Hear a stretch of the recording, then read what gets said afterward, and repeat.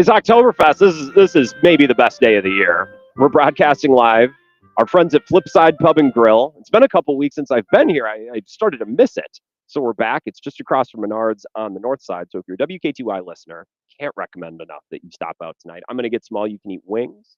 I'm going to enjoy the happy hour, which has been going for an hour, and people filing in by the ones and twos. The fire chief probably will be called soon. It's just about shoulder to shoulder in here, but still, no, I kid. Plenty of space. So come on down. We'll be here until 6, broadcasting live.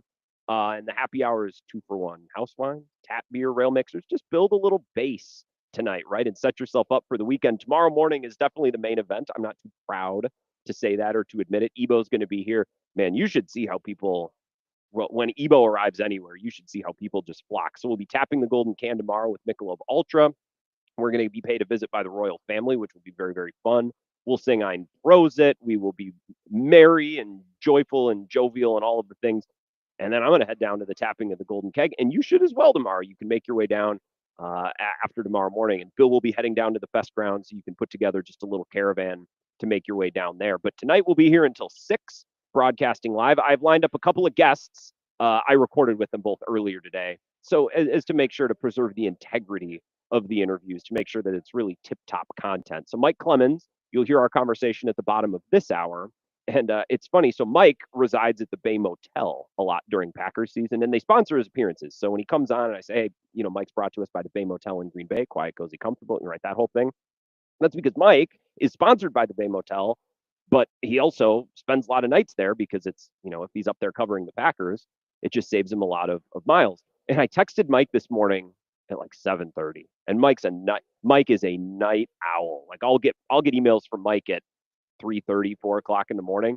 So I texted him at 7:15. I said, hey, Mike, no rush or anything, but when you wake up, just shoot me a text. And I want to know what was going through his mind when he got that text. I said, hey, so I'll be on location tonight, so I can't take a phone call. I can't have you on with me. But is there any chance that we could maybe record just a little chat? So we talked about what he's been seeing at practice so far this week and kind of the vibe around the practice field and the locker room. As yesterday they talked with Jordan Love and Micah Parsons, and a little bit more of that today.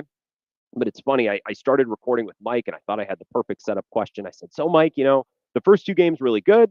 Last week against the Browns, not so much. So this weekend is going to kind of tell the story, right? Was the Browns game just an outlier? And those first 2 games are evidence of a more mature Packers team that's ready to execute at a little higher level. Or maybe were the first 2 games a little bit of an anomaly and this team maybe still has some growing up to do and they do need to execute a little bit more cleanly and at a higher level. And I set that up and I said, all right, here we go with Mike. And Mike said, well, let me take you back to Sunday. And he just started talking about the D line and all this. So Mike really brought it at like 8 o'clock this morning, probably on about 90 minutes of sleep. So you'll hear that conversation at 4:30.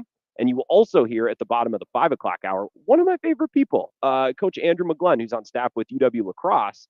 So a little WEAC football talk.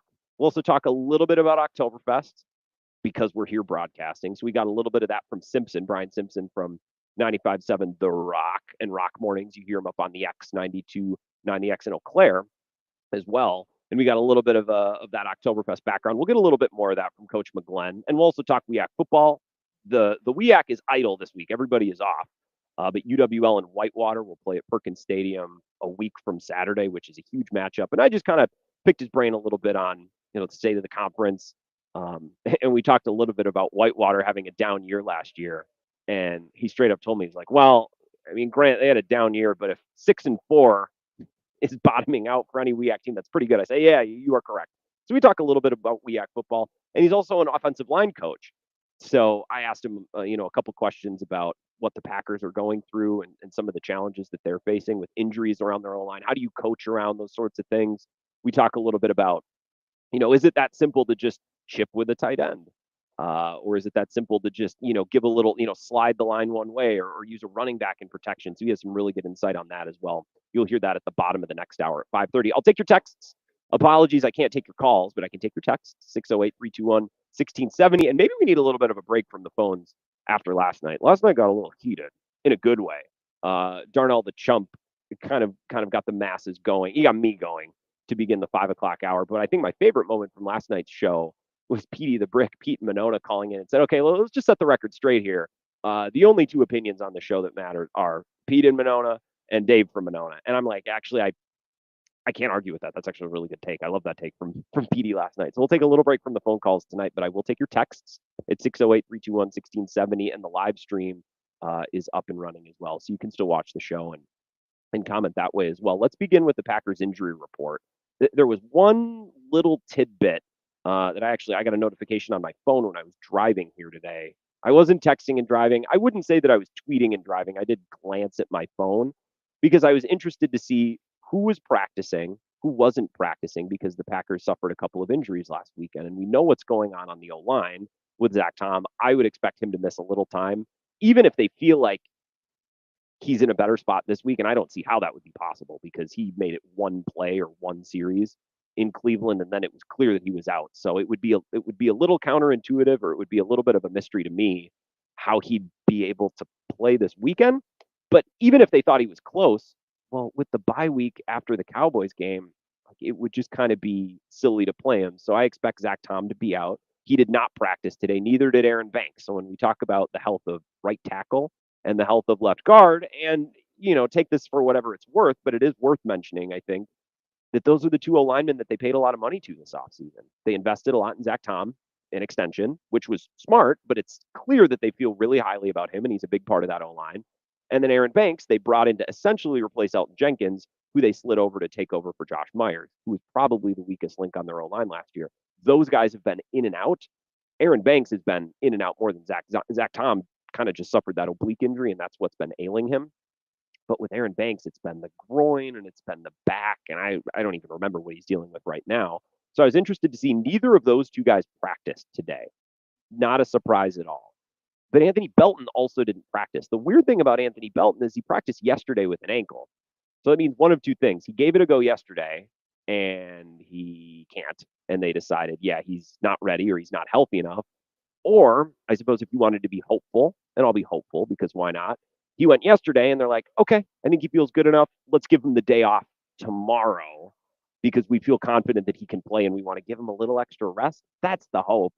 I think it's probably more of the first thing. He tried to go and wasn't quite ready, so they shut him back down, which would mean that the Packers are without three of their offensive linemen. Now, Belton is still a backup, but if Zach Tom and Aaron Banks aren't going to play, the next two guys up would probably be Anthony Belton, Jordan Morgan, if they want to, abandon that rotation they've been using at right guard. Or I suppose they could use Kennard, but I would think that Belton and Jordan Morgan would be the replacements in some alignment for Tom and Banks. And if Belton can't go, well, then they're down to their third backup, their fourth backup, which is hardly ideal. So Belton not practicing today, I feel like it's probably a bad sign. If you want to cross your fingers and hope, well, maybe he went yesterday, they felt good, and then they shut it down to give him an extra day of rest. We can cross our fingers and hope it's that thing, although I'd be surprised. Javon Bullard was practicing today, and he was out there with pads, and he was out there with a helmet, but he's still in concussion protocol. Now, you have until game day to clear protocol, and there's steps to protocol, right? So, like, you can clear and you can reach a certain point where you're allowed to practice, and you can even practice in pads and with a helmet, which is the case with Javon Bullard. That doesn't necessarily mean that he'll be cleared by game time, but the fact that he's practicing at all is a pretty good sign. And I don't know that we've underrated Javon Bullard, but Matt LaFleur in his presser the other day did basically go on a rant and say he's so important to so many things that we do.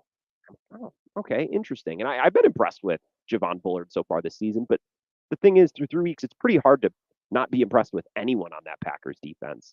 Micah Parsons just added so much to that pass rush, which has made Rashawn Gary better, which has opened up doors for Lucas Van Ness, albeit in limited playing time. It's given more opportunities to Devontae Wyatt, who's been outstanding so far this season. And then in the secondary, obviously, their lives are all easier. So Keyshawn Nixon looks great all of a sudden. And now that Nate Hobbs is playing, he looks really good. And then Evan Williams has a pick. And Javon Bullard, I think specifically in that Thursday night game against the Commanders, we all came away from that game thinking, I feel like that was probably his best game as a pro, right? He's been really impressive. Again, it's hard to not be impressed with anyone on that Packers defense, but Matt LaFleur going out of his way, and you know what? Why don't I try to pull up this quote here? I'm just going to search Bullard and see if I can find it because I don't have the press conference audio. But Matt LaFleur went out of his way to basically say he's so important to what we do. Here it is. This is earlier today. LaFleur on Bullard. Matt Schneidman tweeted this out. Quote, I think he's done a hell of a job. I think when you look at just what we want in terms of our play style, he is the epitome of that. So he's probably speaking about coming downhill, hitting hard, rallying to the football. Javon Bullard is, I would tend to agree. I think he epitomizes that maybe more than Evan Williams, although Evan Williams isn't a bad tackler. I think he's a little bit, uh, I wouldn't know how to designate, the position, but a little bit more of a ranging safety, less than a coming downhill and hit you type of safety. So, just with what we've seen from the Packers defense and the type of player that Bullard is relative to Xavier McKinney and Evan Williams, his peers basically at that position, I do really think he provides a ton of physicality and he plays downhill in a way that Jeff Hafley has preached and Matt LaFleur has certainly preached as well. So that's the injury update today. We talked a lot about the offensive line yesterday, and we went back and forth a bit. Vagabond John, went full Tylenol mode, bringing up statistics and going completely nuts over the strength of schedule and their opponents last year versus this year. I still believe this Packers offensive line is going to be at the very least above average. And I think this team is constructed in such a way where if this is let's just in very loose terms say they're a top 10 O line. Let's say they're the 10th best pass protecting offensive line in the league, and they're the 10th best run blocking offensive line in the league. I think that's good enough. I think you can win a Super Bowl with that type of team as long as everything else remains stable and healthy and everyone else is executing, right? That's assuming that you don't suffer any more injuries at wide receiver. That's assuming that Tucker Kraft comes back healthy and doesn't suffer any setbacks and doesn't miss any time. That's assuming that Jordan Love takes I don't think he needs to take a massive leap, but he certainly can't regress and he certainly can't struggle in ways that we saw last year if his offensive line is maybe a tick worse than we saw last season. And I think it might be, right? I'm willing to hear a strength of schedule argument as to why the offensive line was so great last year. But again, as I said yesterday, okay, well, explain to me why they were so good against Detroit in week one. And didn't Detroit have, what was the number yesterday? We talked about it. Was it 6 or 7 sacks against the Ravens the other night? Like, the Packers played that team 2 weeks ago, and Detroit couldn't even sniff Jordan Love. They were pretty good, against the run. I think that was a big part of their game plan. And also, I think the struggle of the O-line, even when they were healthier, had a lot to do with run blocking. Certainly much more than pass protection through those first 2 games. The running game hasn't really been able to get going at any time, but they've been able to pass protect until, they lose 3 or 4 guys and people are sliding around. I also got a text from Mike Clemens. Where the heck is my phone? I got a text from Clemens this afternoon. So you'll hear Mike Clemens at the bottom of this hour, but this isn't something that we talked about. I'll read you the text from Mike because the text begins with, "You can use on air, colon." He said, "I learned from a Packers player today, one of the reasons for the Packers' false starts in Cleveland is that they went to their silent cadence. In Elton Jenkins doesn't snap the ball quicker, replacement offensive linemen get the yips or move and jump off sides. It was their first road game of the season, and although there were some empty seats in the stadium, the dog pound was loud enough to require a silent cadence rather than Jordan Love's green 19 signals." So, and something that I do talk about with Mike that you'll hear later this hour is Elton Jenkins adjusting to center is maybe taking a few more lumps than we would have expected or that we would have predicted. Now, Elton Jenkins has played center, and I have no doubt that if he's healthy and is able to settle in at that position, that he'll be more than adequate. I think he'll be a very, very good center. I don't know if he'll be Creed Humphrey or one of the best centers in football, but considering that last year they had Josh Myers, who I think is one of the worst centers in football, I think they'll still be okay at that position. But, and you'll hear me and Mike talk about this, it's just a little bit of a different position. He's a little bit more passive. He's not at center allowed to jump forward and attack guys and maul guys at the center position the same way that you're able to at left guard. And Elton Jenkins talked about that. It's like, man, at center, it's a little bit of a different technique. It's a little bit more passive as opposed to right on the snap leaping at a guy and jumping at a guy. So I think there are some adjustments to playing center that are all rather small. They're smaller details. But when you're missing your right tackle and when you're missing your left guard and you're rotating players in and out because of injuries or you're sliding guys around trying to find the best combination, those little things, right, can present in big issues, which are, snap count issues, especially on the road, which can lead to pre-snap penalties. And we saw plenty of those on Sunday. Just little technique things when you're worried about Myles Garrett on one edge or, you're worried about those exterior pass rushers and your sliding protections one way or another. Some of those smaller issues that Elton Jenkins was having, well, if that allows a pressure up the middle, right, like that can be pretty catastrophic. And we saw that over and over again on Sunday. So the state of the O-line continues to kind of be the thing that I'm most interested in or the thing that I'm watching most closely Because again, I don't know that Aaron Banks is going to play this weekend. He didn't practice today. I kind of feel like the Packers will and probably should give him through the bye. I think Zach Tom will be out at least this week, maybe longer. Elton Jenkins just getting a little bit better feel for the center position. And again, those little things, I think that's going to make a big difference. So it's not that the O-line, again, needs to grow in leaps and bounds this week. They need to settle into where the guys are playing. And it's the little things. It's the silent count. It's the cadence. And it's the smaller pieces of technique that are different between center and left guard, specifically now talking about Elton Jenkins, that really matter quite a bit. So those are some of the things that I'm watching. When we come back, I'll give you a little bit more on the Packers and the O-line and the injury report going into this weekend. And then you'll hear from Mike Clemens at the bottom of this hour at 4:35. We're broadcasting live here at Flipside Pub and Grill on the north side of La Crosse. Now, it's not too far from the main drag. When I say north side, this is, I would say, the gateway to the north side. So if you're celebrating downtown or you're going to be around for Oktoberfest, it's kind of right down here in the thick of things. Happy hour goes through the end of the show until 6 o'clock, so you can come down for 2-for-1s until 6 and get some all-you-can-eat boneless wings. That's the nightly food special. I think I'm going to tap into that. 2-for-1 tap beer, house wines, rail mixers, and it's a beautiful night, so people are stepping out on the patio as well. This is the place to be. And then, of course, with the Torchlight Parade later tonight, we're on the north side. We're already right there. And it kind of allows us to get into the swing of things for tomorrow morning when Ebo and company stop in to tap the golden can. So the festivities begin here tonight at Flipside. I'll get to some of your texts and give you a little bit more thoughts on the Packers and the Cowboys coming up this weekend. But text me, and I'll make your thoughts a part of the show. 608-321-1670. We'll be back live at Flipside in just 3 minutes.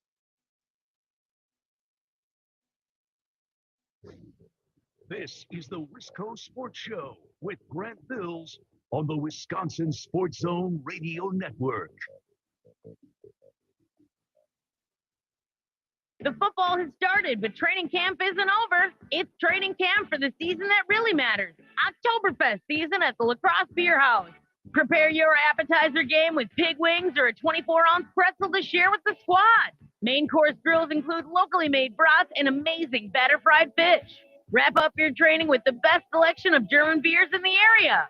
Oktoberfest won't know what hit it when you complete your training camp at the La Crosse Beer House, corner of 3rd and Pearl, downtown La Crosse.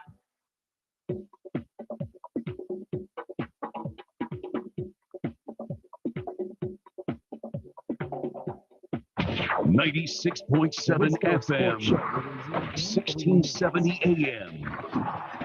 The Zone. Without an Advent clinic nearby, people suffering needlessly from chronic nasal congestion and sinus infections will be stuck. Sledgehammer solutions. Band-Aids are pills or nasal sprays, and they're not true solutions. Surgery is a sledgehammer, and that's what we're trying to avoid, because most people don't need surgery for nose and sinus issues, nor do they want a 14-day recovery. Our unique Advent approach can, in 20 minutes in our office, open your blocked nose for good, with only 1-day recovery. I'm Advent founder Dr. Kendall. Outside of Advent's 4 walls, invasive surgery is what they'll recommend. But here, you will find effective and convenient in-office solutions to help you stop the need for Band-Aids and avoid the sledgehammer. Go to adventknows.com to schedule your appointment, because Advent knows when you breathe well, you live better. AdventKnows.com. Most insurance accepted. After a crash with a semi-truck, everything can change. At Gruber Law Group, we have the knowledge and experience to make sure you're protected. And we're here to help whenever you need us. Gruber Law Group.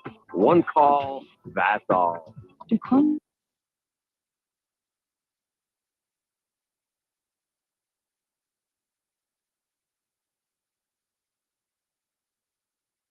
disease or improvement of their intestinal lining at 12 weeks and 1 year. Tremfya is a prescription medicine used to treat adults with moderately to severely active Crohn's disease and adults with moderately to severely active ulcerative colitis.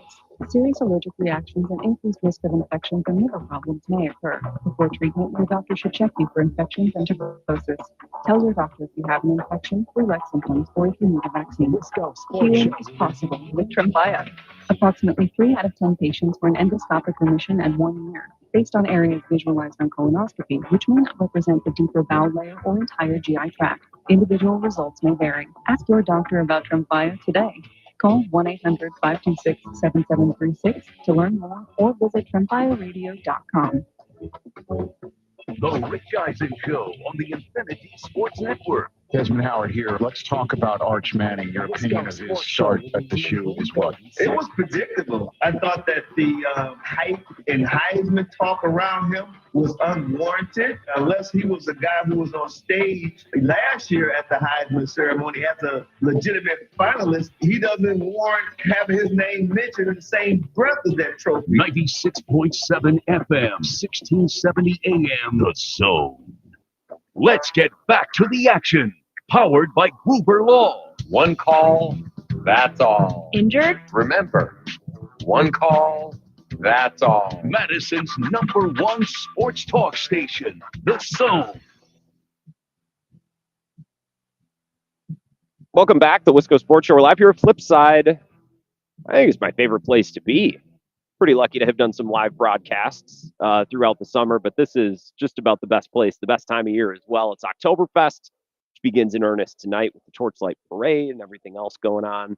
And then tomorrow, the main event. And I'm not too proud to admit Ebo in the morning show. That's the main thing tomorrow. We're going to tap the golden can, as we've been doing with WKTY for 30, 40, a lot longer than I've even been alive. And of course, it started with Kearns back in the day and just a couple of listeners, and it's grown and really become its own thing over the years. So it's a really cool tradition to celebrate. So if you're hearing my voice and you're like, well, I can't get to Flipside tonight. Sorry, Grant. That's okay. I'm not offended.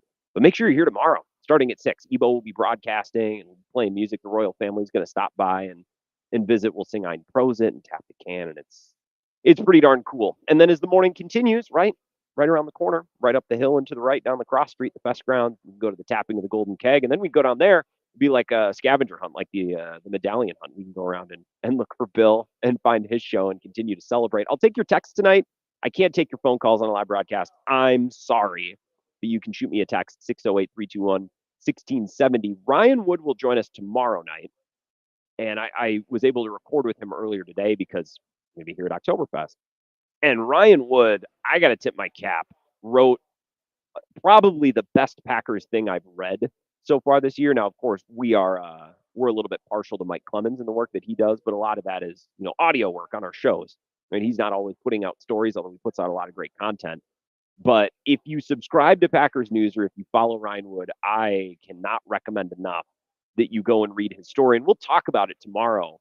But it's really a full timeline of Micah Parsons, how he came to be a Cowboy and how he grew up a Cowboys fan because it was his dad's favorite team. He wore a suit on draft night. I believe it was in Nashville at the time. Or maybe the draft was in Cleveland. I can't remember. It was a couple years ago now, obviously.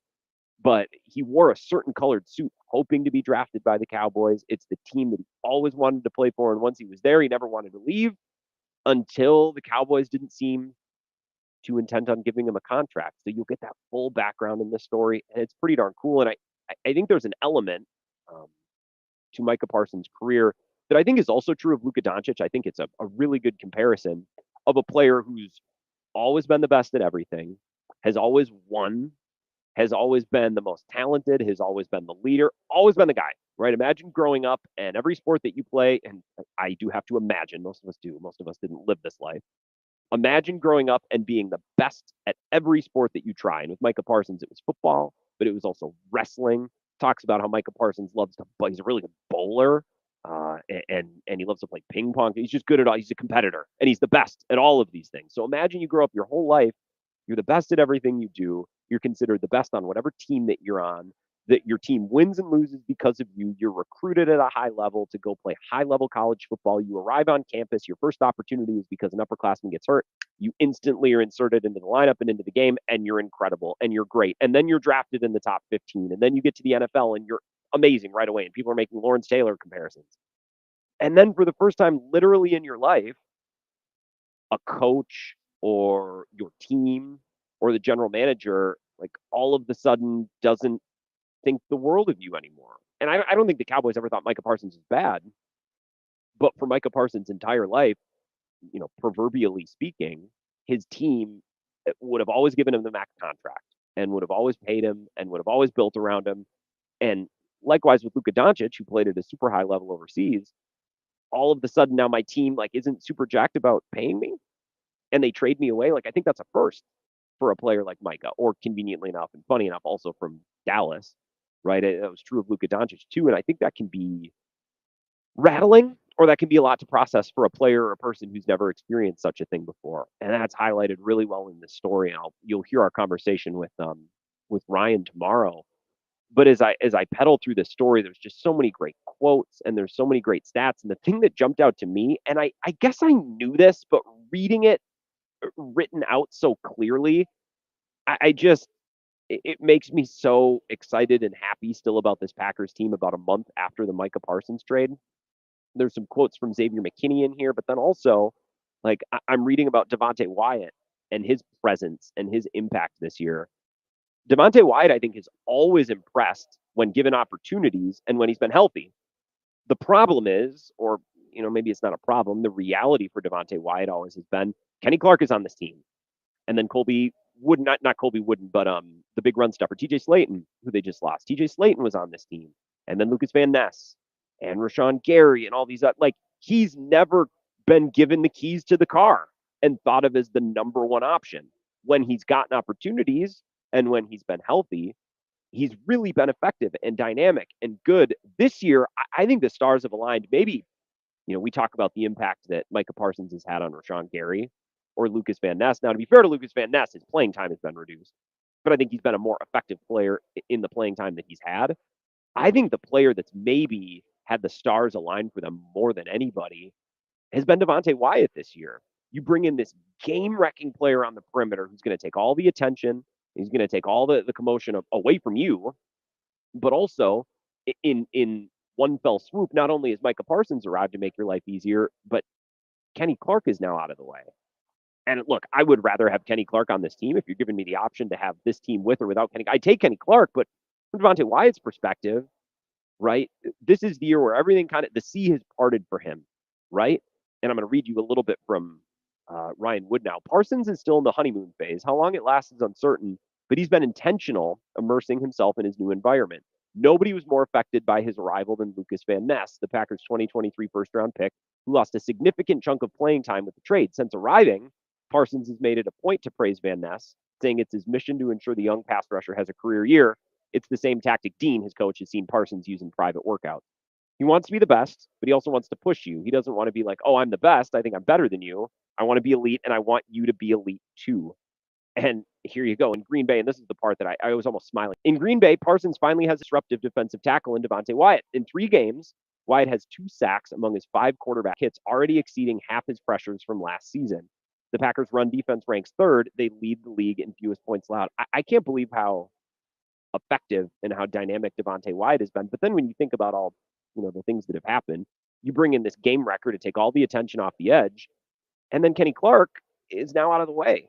Devontae Wyatt, it's your job. You also should be coming into your prime. You're healthy, and you have all the opportunities. And I've been really impressed with Devontae Wyatt, and I think if this Packers defense is going to continue to be dominant and continue to play at the level that we've seen so far, which I think is necessary for this Packers team to win a championship, because until Jordan Love, takes a massive leap and looks like Josh Allen, I think he's somebody who needs help from his defense and from his supporting cast.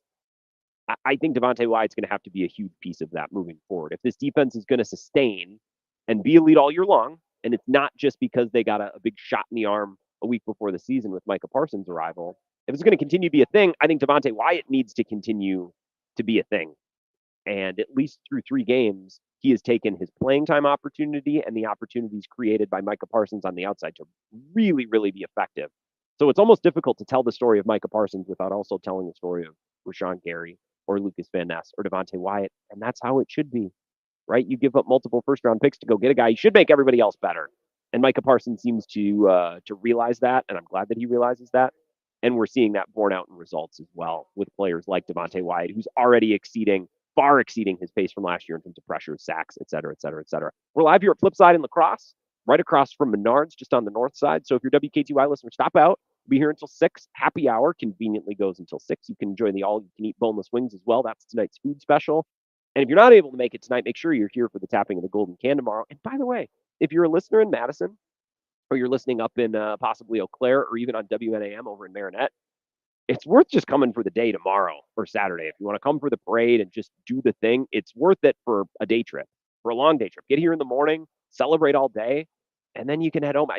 It's worth it. 90 minutes down from Eau Claire, 2 very easy hours over from Madison. So if you can't be here tonight, you'll have opportunities tomorrow from 6 to 10 for the tapping of the golden can with Ebo in the morning. I absolutely can't wait. We'll be back on the other side of this break. We're going to connect with Mike Clemens. You hear my conversation with him earlier today, where we talk about the state of the locker room, the vibe at practice this week, and what we expect against the Cowboys and all of the storylines that are going to go along with that matchup on Sunday Night Football coming up this weekend. We'll take a 5-minute break. We'll be right back from Flipside Pub and Grill here in La Crosse. Happy Oktoberfest. This is the Wisco Sports Show with Grant Bills on the Wisconsin Sports Zone Radio Network.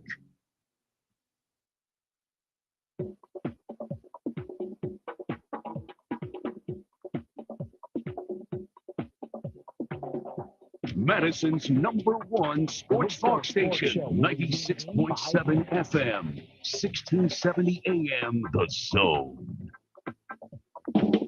Legacy Exteriors. Just pick up the phone and let us leave a legacy on your home. Roofing, windows, gutters, siding, and decks. Can Legacy do it? You bet. Better prices, better warranties. Legacy always makes it easy. Go to legacy-exteriors.com.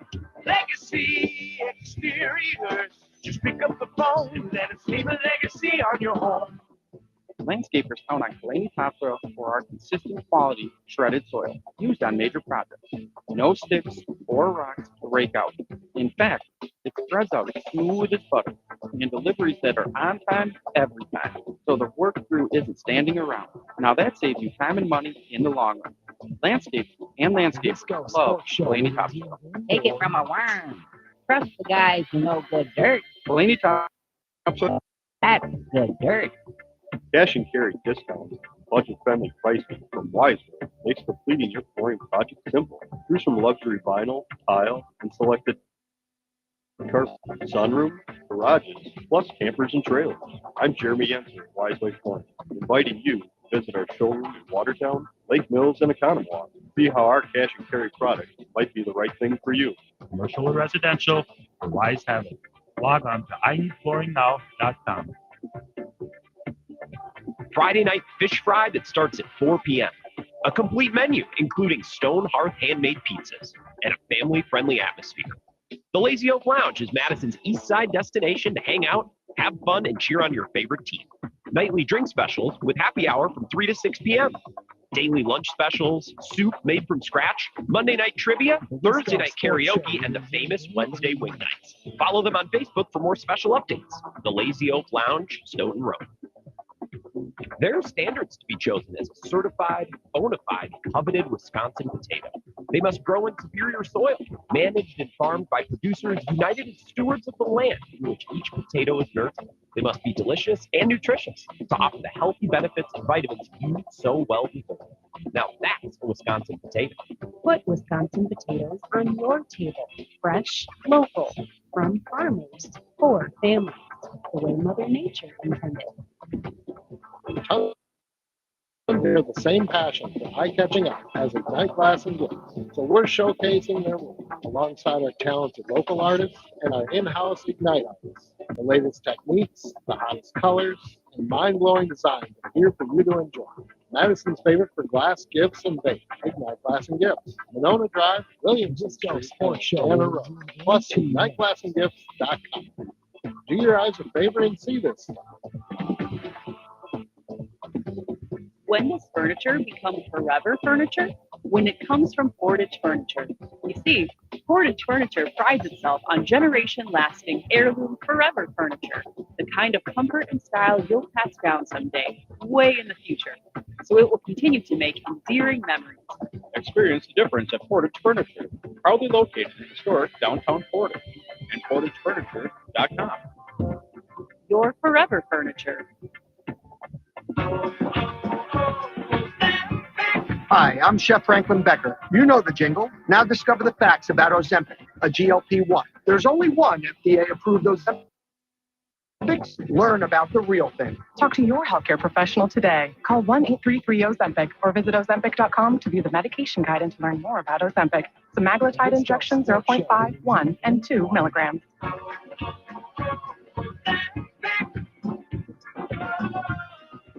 All right, folks, let's get started.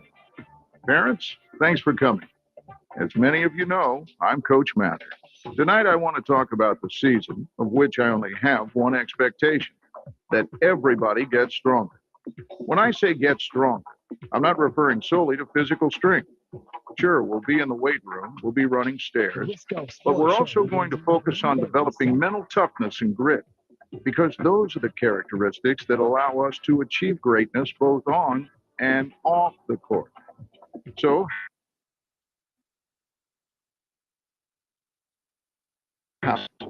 by getting confident forms.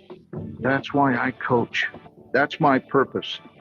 They can lean on me, and I'll teach them how they can lean on themselves and each other. This message presented by the WIAA and the Wisconsin Athletic Directors Association.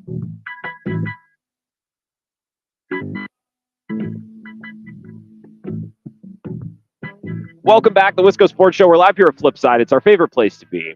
We're here in La Crosse on the north side. Stop out. Happy hour goes until 6. All you can eat boneless wings tonight. Build a great base. Maybe if you're going to the parade later tonight, or you're just kind of establishing yourself for the weekend, you got to get some protein. You got to build a good base. So stop on out. 2 for 1. House wines, tap beer, rail mixers, right? The basics. The patio is always beautiful outside. It looks like we're going to have great weather this weekend. So it's a great place to enjoy that. The sand and the area outside is just the best in town. So come take advantage of that. And if you can't make it tonight, well, then just promise me you'll be here at some point tomorrow morning. Ebo's show Over the Line will start at 6, and we'll tap the golden can and sing Ein Prosit and do all the things like that in the 7 o'clock hour. So it'll be an absolute blast. Mike Clemens not able to join us on the phone live, but I got Mike out of bed at the Bay Motel in Green Bay, and they sponsor his hits. So baymotelgreenbay.com to make your reservation for an upcoming Packer game or a trip coming up to Lambeau Field. I had the pleasure of recording with Mike bright and early this morning. I think he was thrilled that I got him out of bed. So here's our conversation. All right, Mike Clemens is here. Thanks to Bay Motel in Green Bay. Quiet, cozy, comfortable, less than a mile from Lambeau Field. So baymotelgreenbay.com for reservations for a game or for an upcoming trip to Lambeau Field. And the Bay Family Restaurant is right there, open 7 days a week as well. So, Mike, we're a couple days removed now from Cleveland. I think we can look at a big picture. My hope is week 1 and week 2 is an example of how this team has grown and taken steps. They had fewer penalties. They protected well. They started fast. They was buttoned up. Cleveland is the outlier. And hope was right. But if we see a lot of them in Cleveland and last year, then we have to have a little bit of a conversation about the 4 games so far and how the first 2 look a lot different than the second 2, right? This weekend, this is pretty important for how we do the first 3 games of the season, right? Yeah, live from the press box on the game against the Lions and then the field, you watch the defensive line Packers under Jeff Abbott second year, and you're like, who are these guys? Yeah. Because of the speed. And it's almost like you take out Kenny Clark and all this stuff got around like that. Starting like with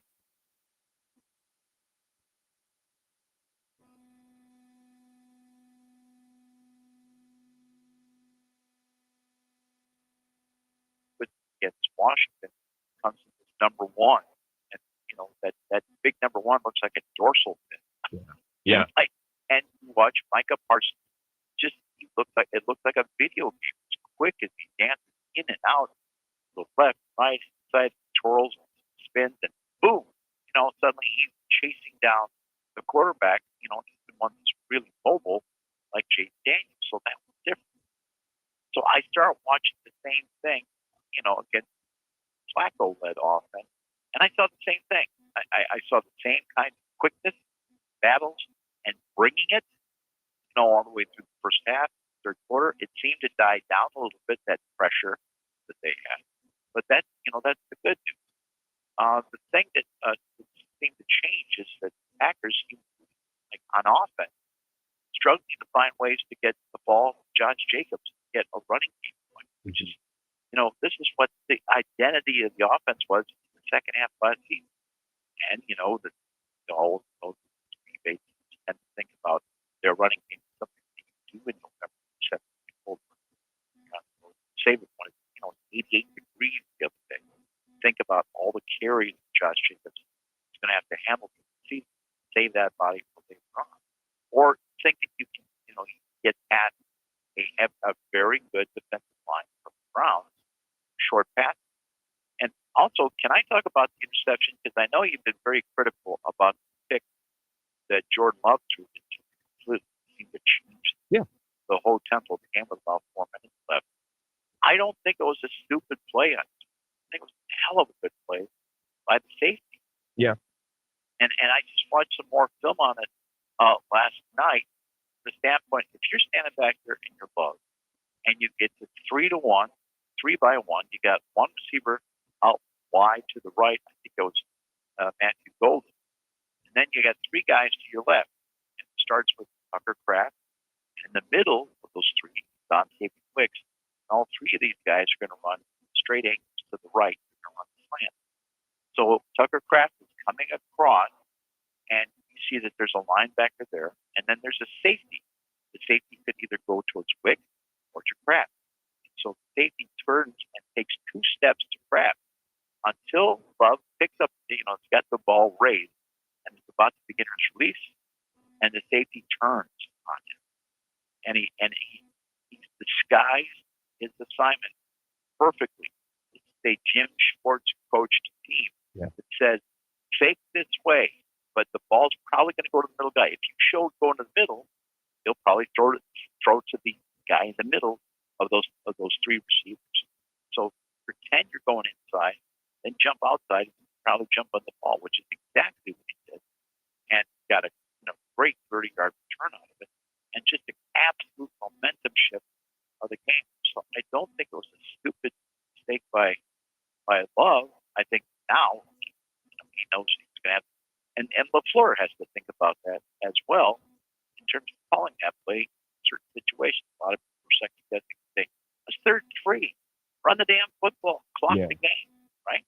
It's easy to say that stuff after the fact too, and I don't like to talk down to fans about play calling, because fans have a right to be frustrated, and everybody has a right to an opinion. And just because we're on the radio, we don't get to say, well, that's silly, that's stupid. I think sometimes with play calling, it's so easy after the fact. Say, well, why would you do that? Do the other thing.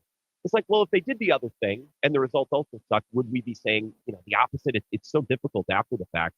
I also, to credit Jordan Love, as bad as the pick looked and as much criticism as he's taken, they then got the ball back in the tie game. They had built themselves a lead in the defense. That's why you build a good defense, Mike. So you're allowed to make mistakes in other facets of the game. They drove the ball down right to the 20, and a 40-yard field goal, Mike, is not a 55-yard field goal. It's not like they were kicking a prayer at the end of the game. That should have been more than doable. And Jordan Love completed a couple really nice balls on that drive. So he did flush it quickly. He moved down the field quickly, and they should have still been able to win that game. My concern now moving forward is what you said. The running game, the lack of a push, and the health of the O-line. Because I think this O-line is a lot better than shown. They've been moving guys around. What do we know about Zach Tom and Aaron Banks? Let's be honest, Mike, has been hurt more often than not so far in a short time in Green Bay. Those are the two linchpins, the two guys that they've paid, and they've been injured more often than they've been healthy so far this season. Yeah, no, Aaron Banks, you're right. $7,700 versus the ankle, and now it's the groin. Yep. And didn't he have a back at some point too during training camp? I'm losing track of all this stuff. No. He did. He's a pretty sharp guy when you talk to him, but it's and I don't think he had that kind of track.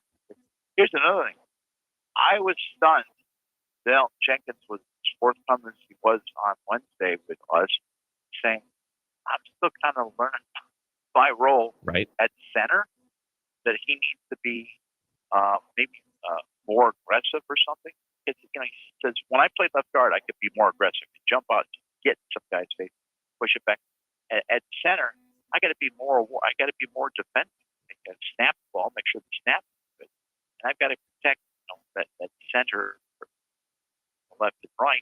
And there's guys that I've been able to take out. So he's trying to figure out how to do it. So he's dealing with, even though there's plenty of times he has played center, this was their grand plan, right? Mm-hmm. And of course, the team missed a lot of time in training camp I don't know how much that would have made a difference. I think that was interesting. Another big screw up. I wouldn't call it a big screw up, but unfortunate play for the Packers offensively is this catch that Matthew Golden makes. Yeah. In the second half, the Packers are deep in their own territory.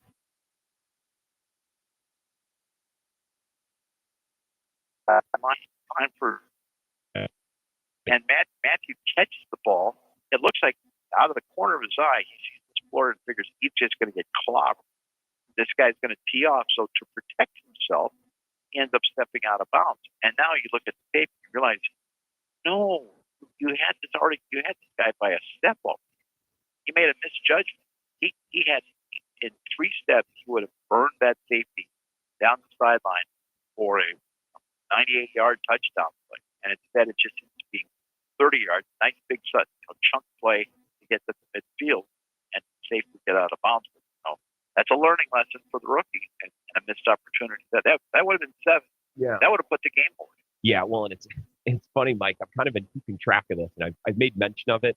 I think in each of their first 3 games, Jordan Love's best throw or one of his best throws in each of the games have come back because of penalties, been dropped.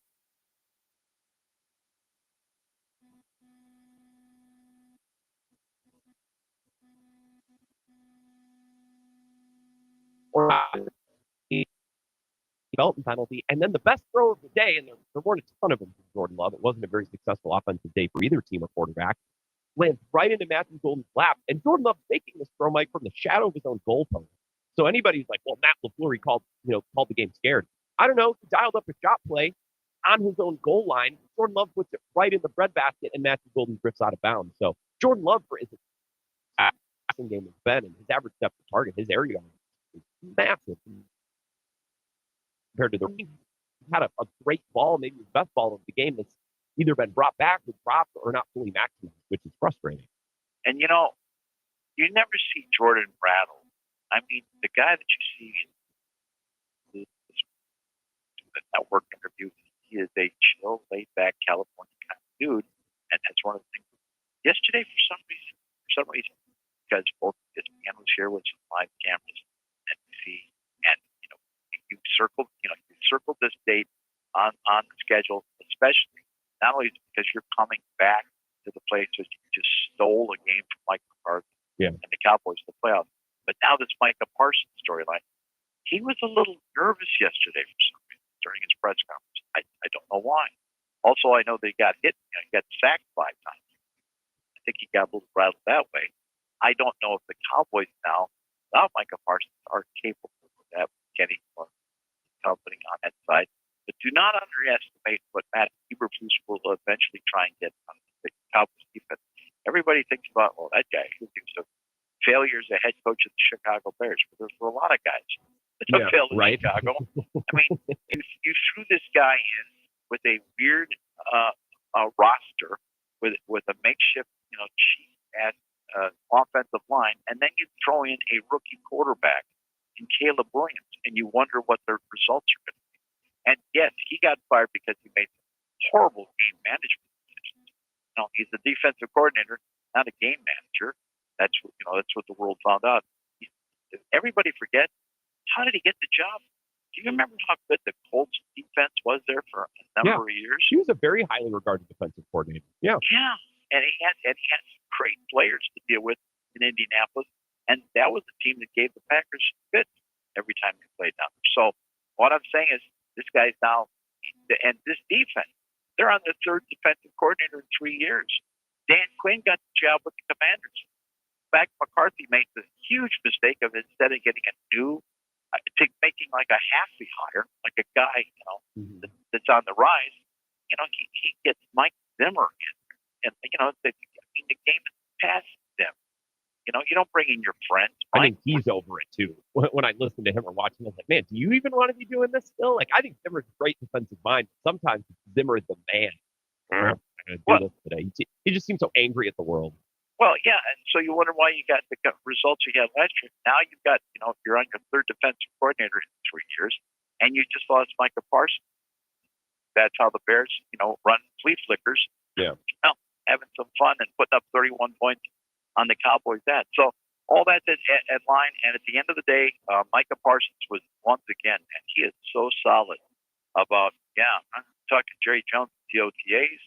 I think the fans are going to greet me okay, but I'm not concerned about that. I'm going to go after Dak, and he's hugely inspired to show up the world and embarrass Jerry and those guys. And so I should be a hell of a game on Sunday Night Football, man. The scheduling gods are unbelievable this year. They're batting 1,000. Doesn't it seem like that always seems to work out in the NFL too? I don't know how they do it. And maybe the answer is, well, all the games are great. So like there really are no bad options, but this doesn't seem to line up for them. Give me 60 seconds on the vibe at practice this week, how the team has responded to blowing that game. Are they angry? Are they kind of pissy? Humbled. They are humbled. All those dudes are humbled. And now they're stepping into the spotlight, and then they got their bye week. There was players that were, do you need to talk to me? They were volunteering like that, except for one. And we talked about this on the Huddle show. Lucas Van Ness. No, you're right. That's a reminder. That kid's still hiding out. I don't know why. Hopefully he'll come out, tomorrow. But no, Rasheed Walker, not talking. Not talking. Because he got quoted last week saying, I think we're doing great with him. I don't see why we don't go undefeated. Put it this way, Mike. He's talked to you guys. He didn't say a whole lot. Right? There weren't a lot of words that came out of his mouth. No. So then the team asked him to be, more of a, hey, you're the starting left tackle. Go on the tailgate tour. Speak to the kids. You need to, speak it up, but be the vocal leader that we know that you can be. All right, I'll be the vocal leader. And then all of a sudden, you get upset by the Browns.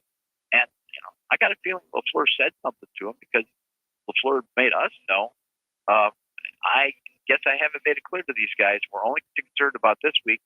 We're not telling, 20 reporters standing around your locker room, I think we can go undefeated.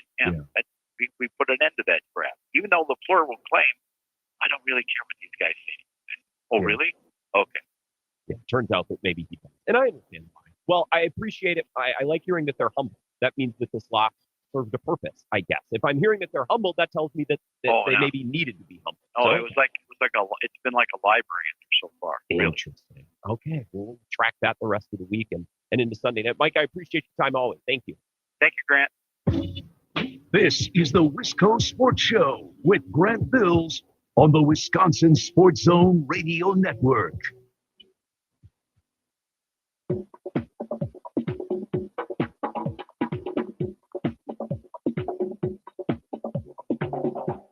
Madison's #1 sports talk station, 96.7 FM, 1670 AM, The Zone.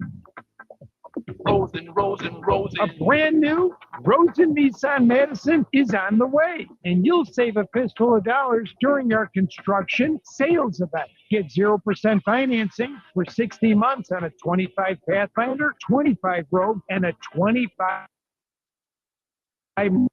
to buy a Nissan. Shop RosenNissanMadison.com. Contract laws with Blue Credit. 67 for $1,000 file ends 9/30/25. With Nicolay Law, the cases are personal because they know it's personal to you. Homegrown Midwest legal professionals delivering on the promises they make with award-winning attorneys and staff excited to represent injured folks and get you and your family the compensation plus peace of mind that you deserve. The initial consultation is free, and there are no attorney fees unless they win for you. If you've been injured in an accident, get Nicolay Law. Check us out at NicolayLaw.com or call us at 1-855-NICOLAY. You need to win, get the beard. You love choices. Like your choices with a Sweet Metal roof. Choose standing seam or high-profile steel shingles that come in a variety of styles that last a lifetime. Put a Sweet Metal roof on and take the worry off with choices. I'm Mike. And Mary Sweeta. Enjoy the long-lasting architectural strength and beauty of a Sweeta Metal roof. SWITA metalroofing.com. Sweeta Metal Roofing, the last roof you'll ever need. Would it be crazy if you packed your bags and left? Peace Corps. Life is calm. How far will you go? To find out more, call 1-800-424-8580 or visit peacecorps.gov. Sasquatch? A myth. Semaglutide makes you lose muscle? Also a myth. At Ignite Wellness Partners in Dane County, they're setting the record straight. Semaglutide doesn't strip your muscle, it strips the fat that's been hiding it. Suddenly, you can finally see the results. Your hard work begins to show, and that drives you. This isn't some online gimmick. It's personal and proven to work. Schedule your free consultation at ignitewellnesspartners.com. Real results right here in Dane County. How can you free your team from time-consuming office tasks? Amazon Business. Smart business buying tools enable buyers to find and purchase items fast so they can focus on strategy and growth. Free up your team and focus on your future. Learn more at AmazonBusiness.com. The Rich Eisen Show on the Infinity Sports Network. I was sitting there saying the Ravens are without a doubt the best team in the NFL. And I was sitting there going, do the Bills need more weapons? What do they need? That's what I was thinking. And then a half an hour later, I was so stunned by what I saw. But you can't sit here and say the Ravens are less than. It's just every single January, and every Ravens fan knows this, or early February, if that's when the AFC Championship games that they played in occur in that month. It's always something. 1670 AM.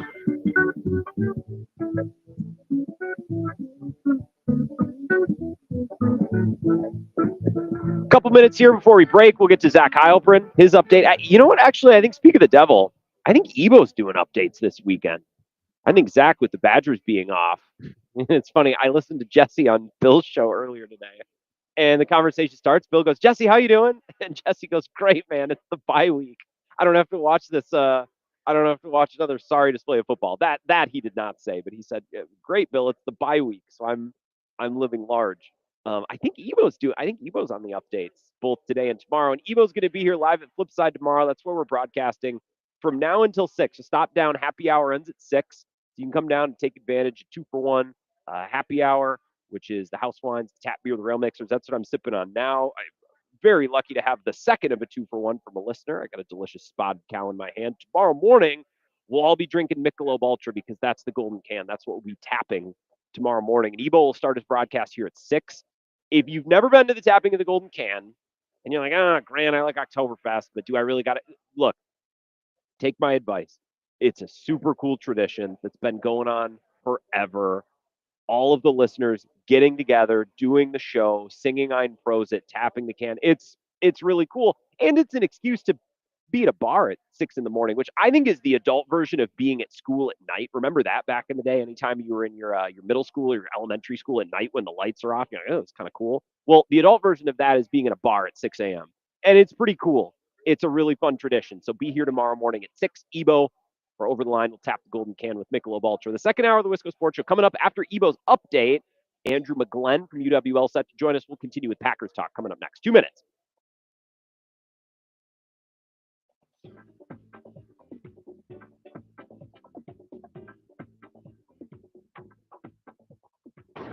We've got Wisconsin sports covered. W244DR Fitchburg in Madison. The Soul.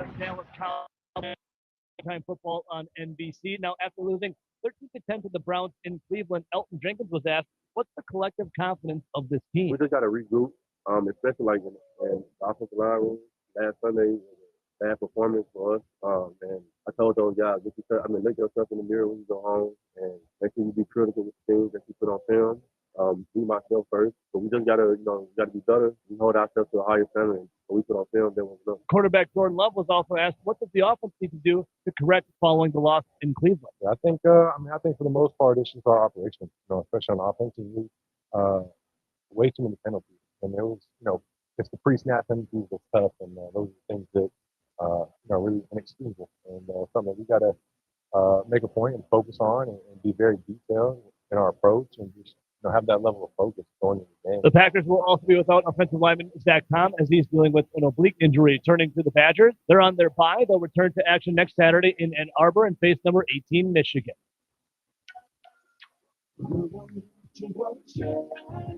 Keeping Wisconsin strong. When a company only does business in Wisconsin, that's Wisconsin Strong. Rural Mutual provides all lines of insurance, including commercial, farm, home, and auto. And your premiums stay right here to keep Wisconsin strong. Local agents, local underwriters, local claims adjusters. Keeping Wisconsin strong. The Milwaukee Brewers would avoid getting swept after beating the Padres 3-1 yesterday out in San Diego. They'll have today off. Their final series, the regular season, will be tomorrow at American Family Field against the Reds, and their magic number now down to 1. For the Wisconsin Sports Zone Network, I'm Evo.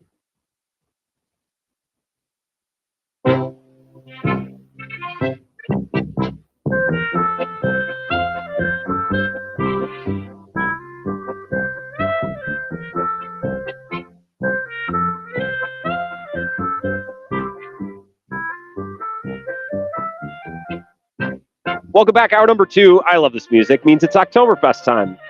I got into the studio this morning, and first person I see every day for the most part is Evo. He's doing Over the Line across all of these same stations, and he'll be here tomorrow doing the morning show here. Can't wait to see him.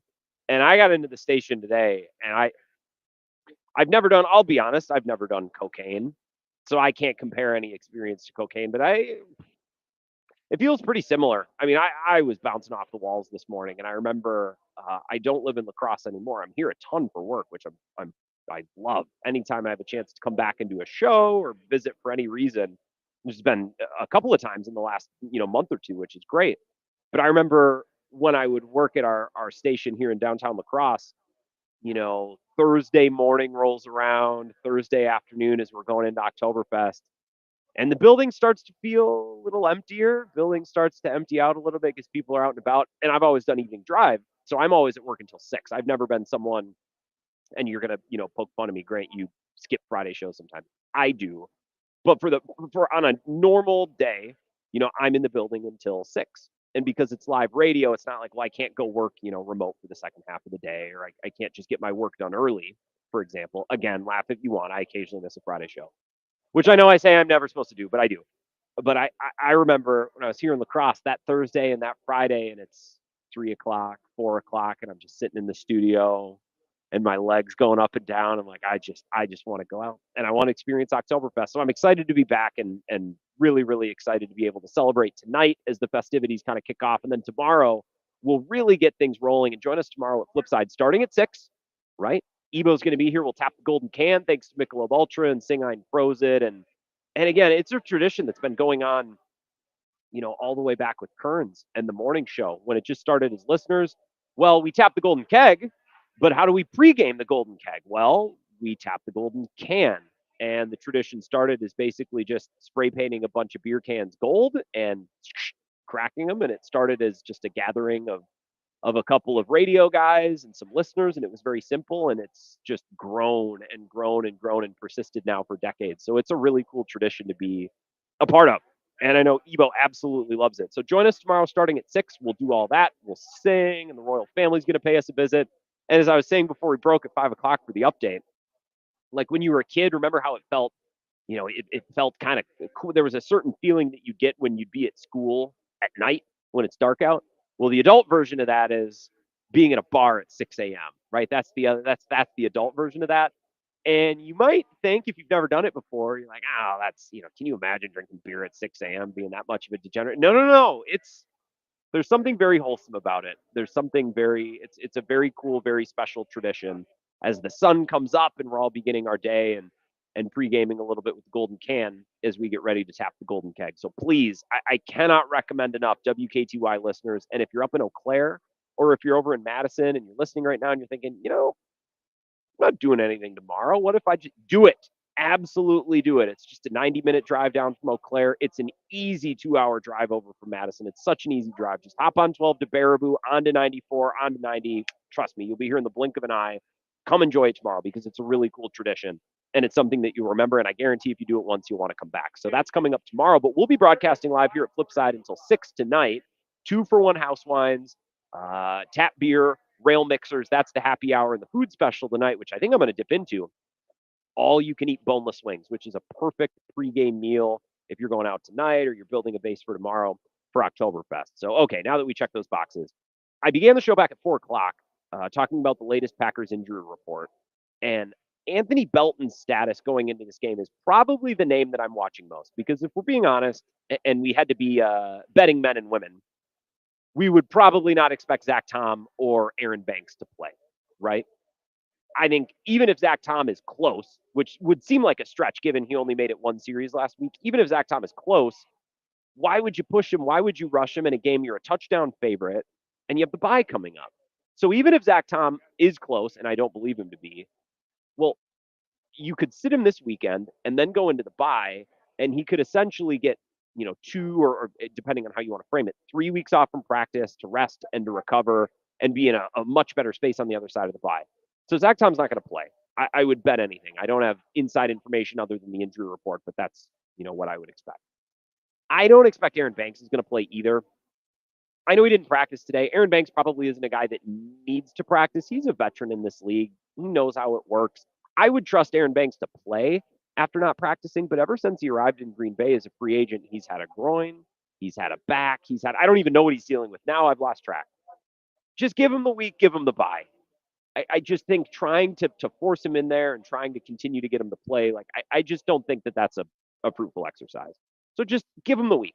So the Packers going into this Cowboys game, I would expect to be without their right tackle and without their left guard. Now, Jordan Morgan can maybe play one of those spots, but then they need another lineman, and whether it's Kennard or Belton, they've rotated those guys. But I would think Anthony Belton is their preferred choice. He didn't practice today. Now, there's two ways that you could view that, and our friend Peter Bukowski kind of outlined this, so I'll pirate his take for my own. You could either view it as he practiced yesterday and the ankle flared up, or the ankle wasn't good enough to continue to practice, so they shut him down. Or you could view it as he practiced yesterday, they saw all they needed to see, and he experienced all he needed to experience, and they shut him down just to rest. I'm a little skeptical of that second thing because you do that more with a veteran. You wouldn't do that with a rookie, probably. And this is what Bukowski tweeted, and I think he worded it better, so I'll just read it. Anthony Belton practiced yesterday in a limited fashion, so not practicing today could be a rest day or signs of genuine concern for his status. I'd bet on the second thing. I hope it's the first thing. This Packers O-line is very deep with talent, but losing two starters and one of those starters' backups is suboptimal, to say the least. We started talking on Bill's show earlier today, and I only did like an hour of Bill's show. It was a little bit of a bullpen game because I needed to leave town early to get to Flipside for the broadcast, but Ebo had some work to do, so Ebo did like the first hour, and then I did the second hour, and then I took off, and Ebo took back over. And Bill, when I was doing the second hour with him, was like, do you view Jordan Morgan as a bust? Or like, what do we think about Jordan Morgan? Look, it's funny because 3 weeks ago, we had never felt better about Jordan Morgan. We had never felt better about Jordan Morgan and his prospects as a potential future left tackle, a potential future right guard, which if Sean Ryan and Jordan Morgan feel like one and the same, why would you spend the money to extend Sean Ryan? It's John Runyon Jr. all over again. Just let him go. We like him. We just don't like him at whatever the market value will ultimately be when he hits the market.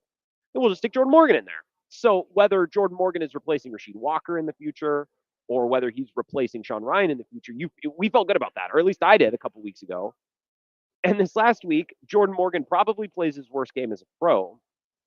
And I think he would tell you that he needed to be better at this, that, and the other thing. But I think a lot of that performance is due to the fact that he had to play like 2 or 3 different positions in the same game. He's being slid left. He's going right. He's being kicked out. It's a lot for a second year. I realize he's not a rookie anymore. But for a second-year player who didn't play a lot as a rookie, it's just a lot to ask of a guy. And I'm not surprised at all that led to mental mistakes, let's say, execution errors. And Rick comments on the live stream, I think it's a great point. How can we judge Morgan when he can settle in one spot or one side? Well, this is the point. And I think what you're saying, Rick, is how can we even judge him before we know what position he plays? Absolutely. I think in a perfect world this year, they go Tom, Ryan, Jenkins, Banks, Walker. And then Jordan Morgan rotates in at right guard with Sean Ryan to get some work, and he's the next guy off the bench. And I think in that role, he is excellent. I have a really hard time, Rick, like to use your phrasing there, I have a really hard time evaluating him or drawing any conclusions when I don't even know, is he a tackle? Is he a guard? Like, where is he slotting in the future? No, I'm not going to draw a conclusion on Jordan Morgan at all. I think this last week, if anything, probably will stand as like a pretty good learning experience for him. I think he's probably going to come away from this last game against the Cleveland Browns humbled a little bit, hopefully, and aware of, not that I'm not saying he was ever cocky. I don't think that was his issue. but hopefully a reminder of, man, I really got to mind my technique. I really got to study. I really got to be ready to play any position that could be thrown at me, because any position could be thrown at me as that sixth guy. And, a lot of complaints from Packers fans this week. It's like, well, just keep him at one position. Well, that's really easy to say. That's a great idea to have. But when you're the sixth man, you can't plan for which of the five is going to go down. If you're the first man off the bench, you can't control, like, all right, if someone gets injured, you're going to be the next guy up. Okay, but that next guy injured could be left tackle, left guard, center, left guard, right tackle. So maybe the Packers need to decide, okay, Jordan Morgan is going to be asked to play right guard and left tackle. And if our right tackle goes down or our left guard goes down, we are going to call on Anthony Belton, or we're going to call on, is it Donovan Darian Kennard, the guy they acquired right before the year, and he had rotated a little bit at right tackle when Tom went down. He had rotated there with Belton. I think the Packers probably need to hone the positions a little bit of their backups. And again, backups are backups, and you can't plan who they're backing up because you have no idea who could get injured or who could need replacing. So it's a tricky thing to do, but I think in a perfect world, the Packers, as the year goes on, will decide, okay, if player A gets hurt, the replacement will be Belton. If player B gets hurt, or position B gets hurt is probably a better way of wording it, then we'll insert in Jordan Morgan. I think that will be better for the Packers long term. It'll be better for Belton and Jordan Morgan, who are trying to find their way in this league. And I think it'll make for cleaner execution. And I think lost in this all, and I'll read you a text I got from Mike Clemens earlier today to further hammer this point home. I think Elton Jenkins kind of slowly but surely getting a little bit better and smoothing out some of those little things at center is going to go a long way. Elton Jenkins talked this week about, there's some differences in center and left guard that are not, it's not alien. It's not like he's going from O-line to wide receiver, but there are little intricacies and differences between those positions that take a little bit of adjustment. And remember, Elton Jenkins missed the majority of training camp with that back injury / contract holdout. I know that he had a legit back injury, but I can't help but think that the contract situation was a little bit of a factor in that as well. This is what Mike texted us before the show earlier today, and the text is led with, and this always makes me laugh, you can use this on air, because a lot of his texts are like, not for air, but just letting you know. He said, I learned from a Packer player today that one of the reasons for the Packers' false starts in Cleveland was that they went to their silent cadence. I love he put that in quotes. And Elton Jenkins doesn't snap the ball quicker.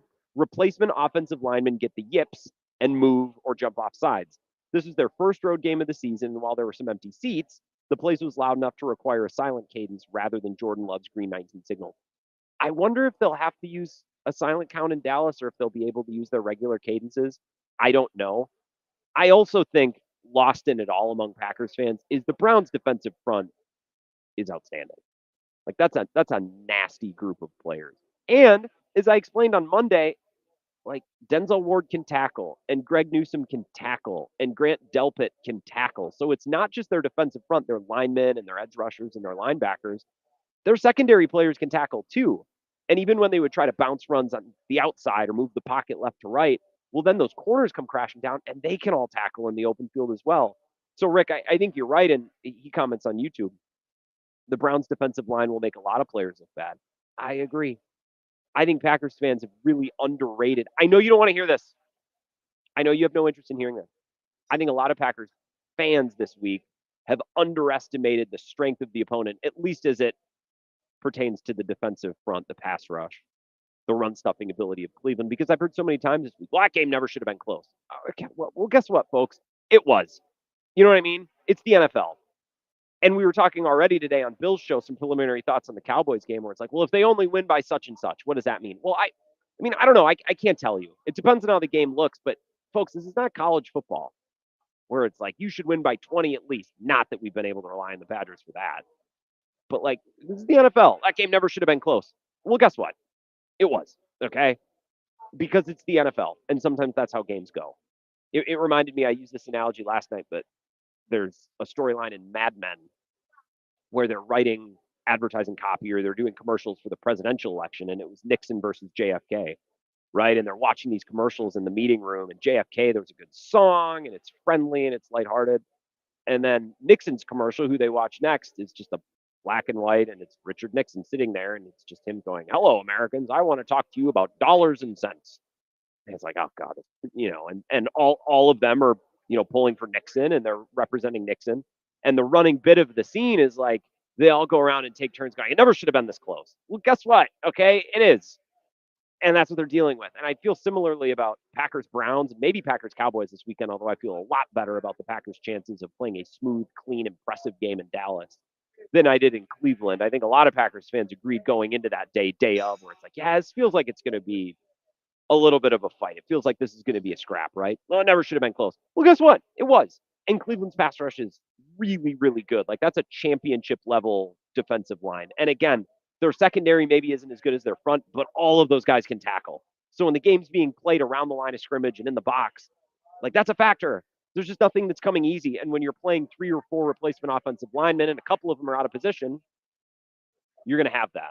Hopefully Jordan Morgan learned some lessons. Anthony Belton is learning lessons in his rookie year. And hopefully the Packers can further hone their ideas just a little bit about, okay, how do we deploy our reserves when guys get injured? Because we don't want to crowd Jordan Morgan's plate with every single position. We don't want to fill his head with every single responsibility. It's a lot for a second-year player who, again, didn't exactly get a ton of experience as a rookie, missed most of the year with an injury. We're broadcasting live here at Flipside Pub and Grill. Food and fun without the franchise. That's what I like to say. They're right across from Menards on the north side, but not too far north. If you're in the downtown area and you're going to be around for Fest, just right down the hill, right down the corner from the intersection of West Ave and Lacrosse Street, right at the Quick Trips. Come down Lang Ave. We're right here. Happy hour goes until 6. The all-you-can-eat wings, tonight's daily food special. I think I might order myself some of them things, but stop down, get a beer. And if you can't make it tonight, again, I'll continue to pressure you. Be here tomorrow for the tapping of the golden can. Ebo will begin broadcasting over the line at 6, and we'll sing Ein Prosit and do all of the things. And it's a pretty cool tradition. I can't recommend it enough. So we'll come back in 3 minutes. I'll get to some of your comments and some of your texts. 608-321-1670. And at the bottom of this hour, Andrew McGlenn, UWL offensive line coach, assistant coach. We're going to talk a little bit about the WEAC, a little bit about Oktoberfest, but also I pick his mind as an offensive line guy. It's like, okay, when guys get hurt, how do you deal with it? Tell me about sliding protections. Tell me about using a running back to pick up a blitz, all of those things. So we have some Packers conversations as well. That's all coming up. It's the Wisco Sports Show live at Flipside Pub and Grill. We'll be back very shortly here in just 3 minutes. This is the Wisco Sports Show with Grant Bills on the Wisconsin Sports Zone Radio Network.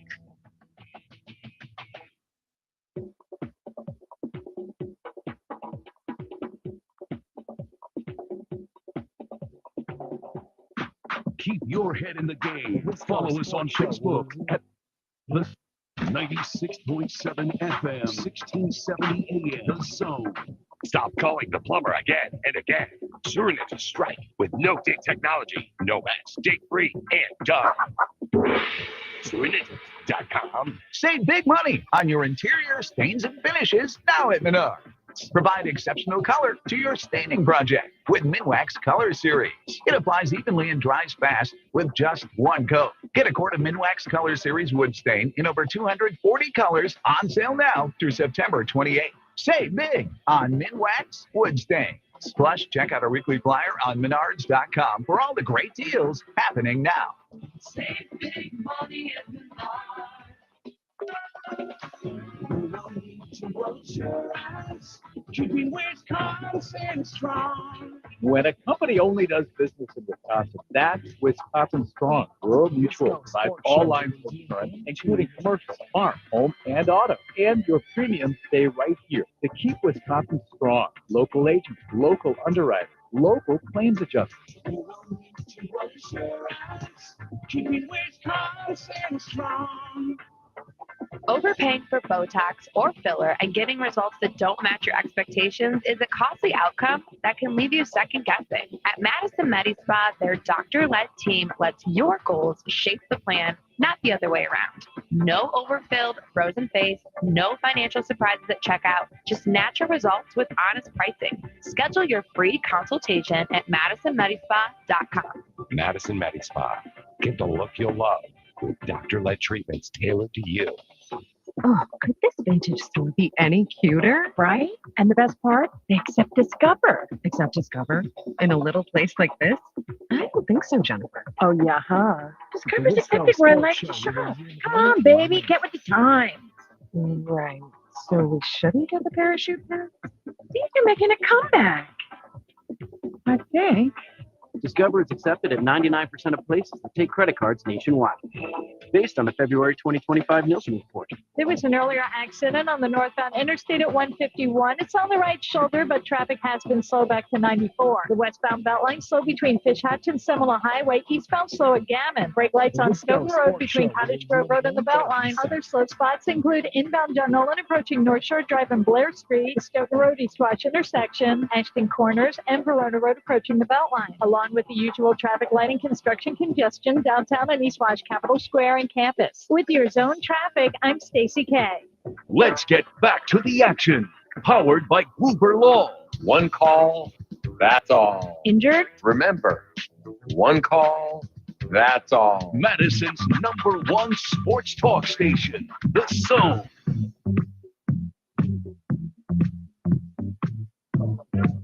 All right, we're back. We're going to talk a little WEAC football, just a little bit, just a touch. One in lacrosse, right? We're going to talk UWL football, and I also get the latest on Whitewater, Platteville, some of the other powers. So if you're like, hell yeah, D3 football.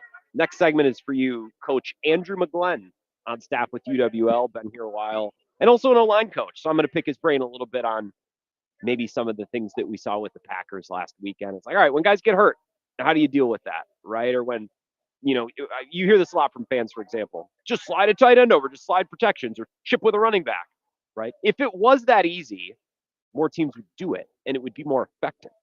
So I asked him, like, what are some of the things that make those strategies difficult, those things that we always hear fans talking about. So a little bit of an O-line discussion, a football discussion, and we can talk a little bit about Oktoberfest in the state of WEAC football too. We're broadcasting live here at Artie's Flipside Pub and Grill.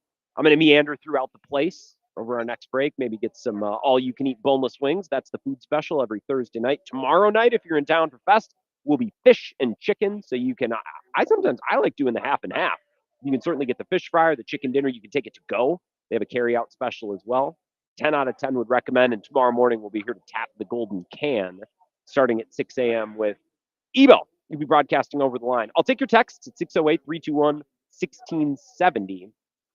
Coyote Mike says, Grant, tough win for the crew yesterday. Much needed. Yeah, it was. Churio saved the day in the first with that catch. Do you think Murphy is messing around with the batting order as a smoke screen before the playoffs? Have fun in lacrosse. Stop into the Lacrosse Distillery Bar. One of my buddies is a big-time manager there. Whoa, he's a big-time manager. I love the distillery. So maybe at some point tonight, we're going to do a little bit of a 3rd Street crawl. And so I'll be out with Ebo and Bill tonight. And I love Bill. I love Ebo. There may come a point tonight where I look at them both in the eye and said, all right, you guys, pipe down and follow me. I'm gonna decide where we're going. I'm gonna tell you where we're going. Get on my back, okay? Get on my back. I might have to do that tonight.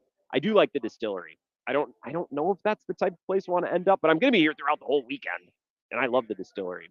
Great food. And isn't downtown a better place for having that building? That's such a cool spot. And have done live music there before too. I think I saw them Cooley Boys a couple years ago, like back in the distilling room when they scooped the tanks out of the way. It's a really cool spot. So I will go look for your friend Lee, Coyote Mike. This text, and I don't have a name, just I'm hoping to clear my early morning schedule and get to see you guys tomorrow morning. Hey, stop in before work. That's the thing. If you work 9 to 5 or 8 to 4, whatever, you can stop in at 6:15, get a Virgin Bloody Mary or something like that. Just get breakfast, right? Flipside has awesome breakfast. I recommend the Krabby Dave. Personally, the owner's namesake, love Dave. He has had a reputation for, well, it's in the name. You get the crab, the eggs Benedict, little side of hash browns and sausage.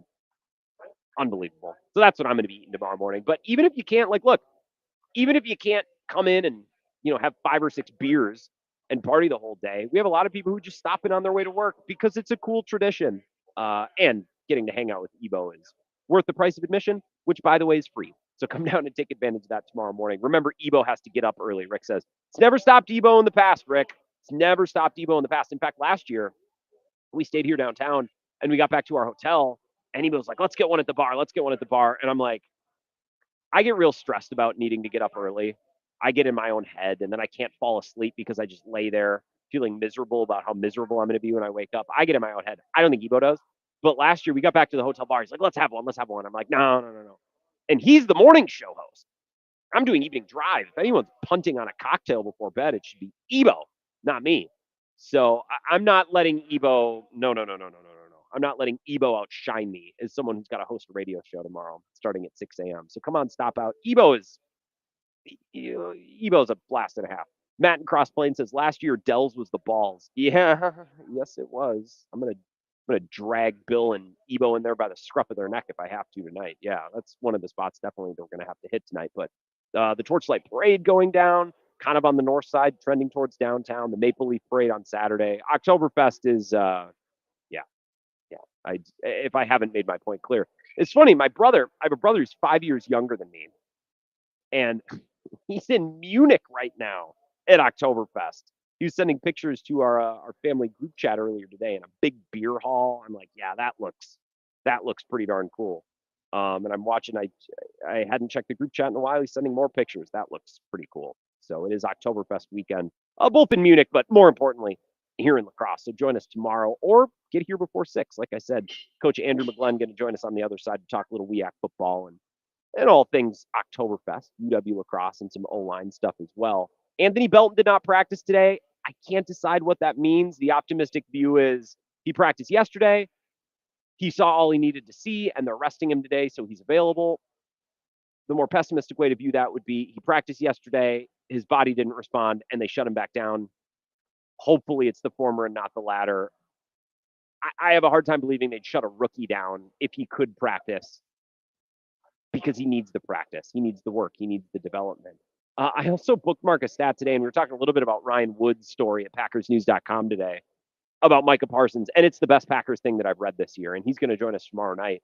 But I bookmarked this stat. Micah Parsons is the highest pressure percentage, 21.8% among edge rushers this season, despite being double teamed at the highest rate, 18% at the position per next gen stats, and that's a minimum 75 pass rush snaps.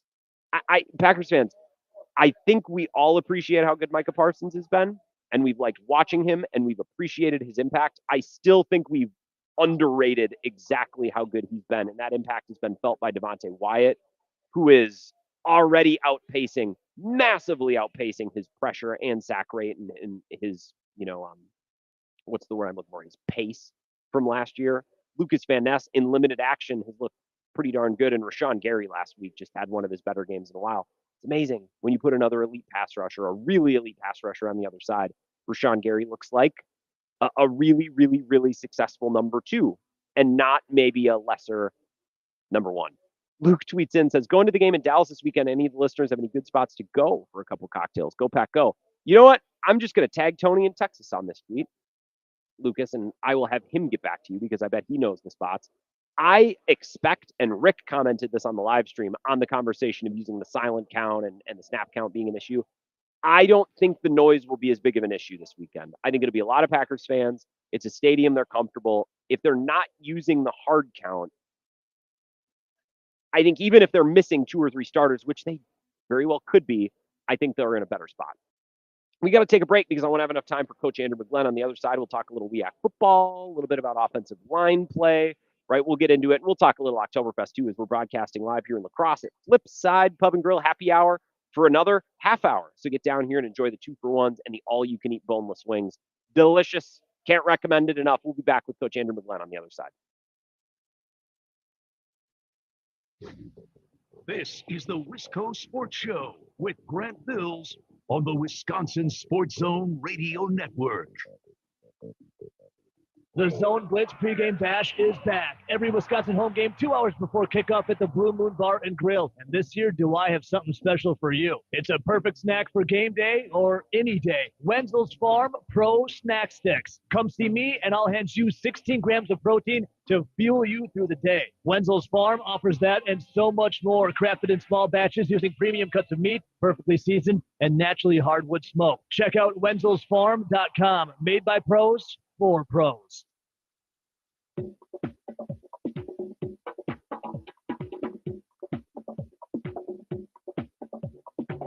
From football to baseball, hoops to hockey, college to pros.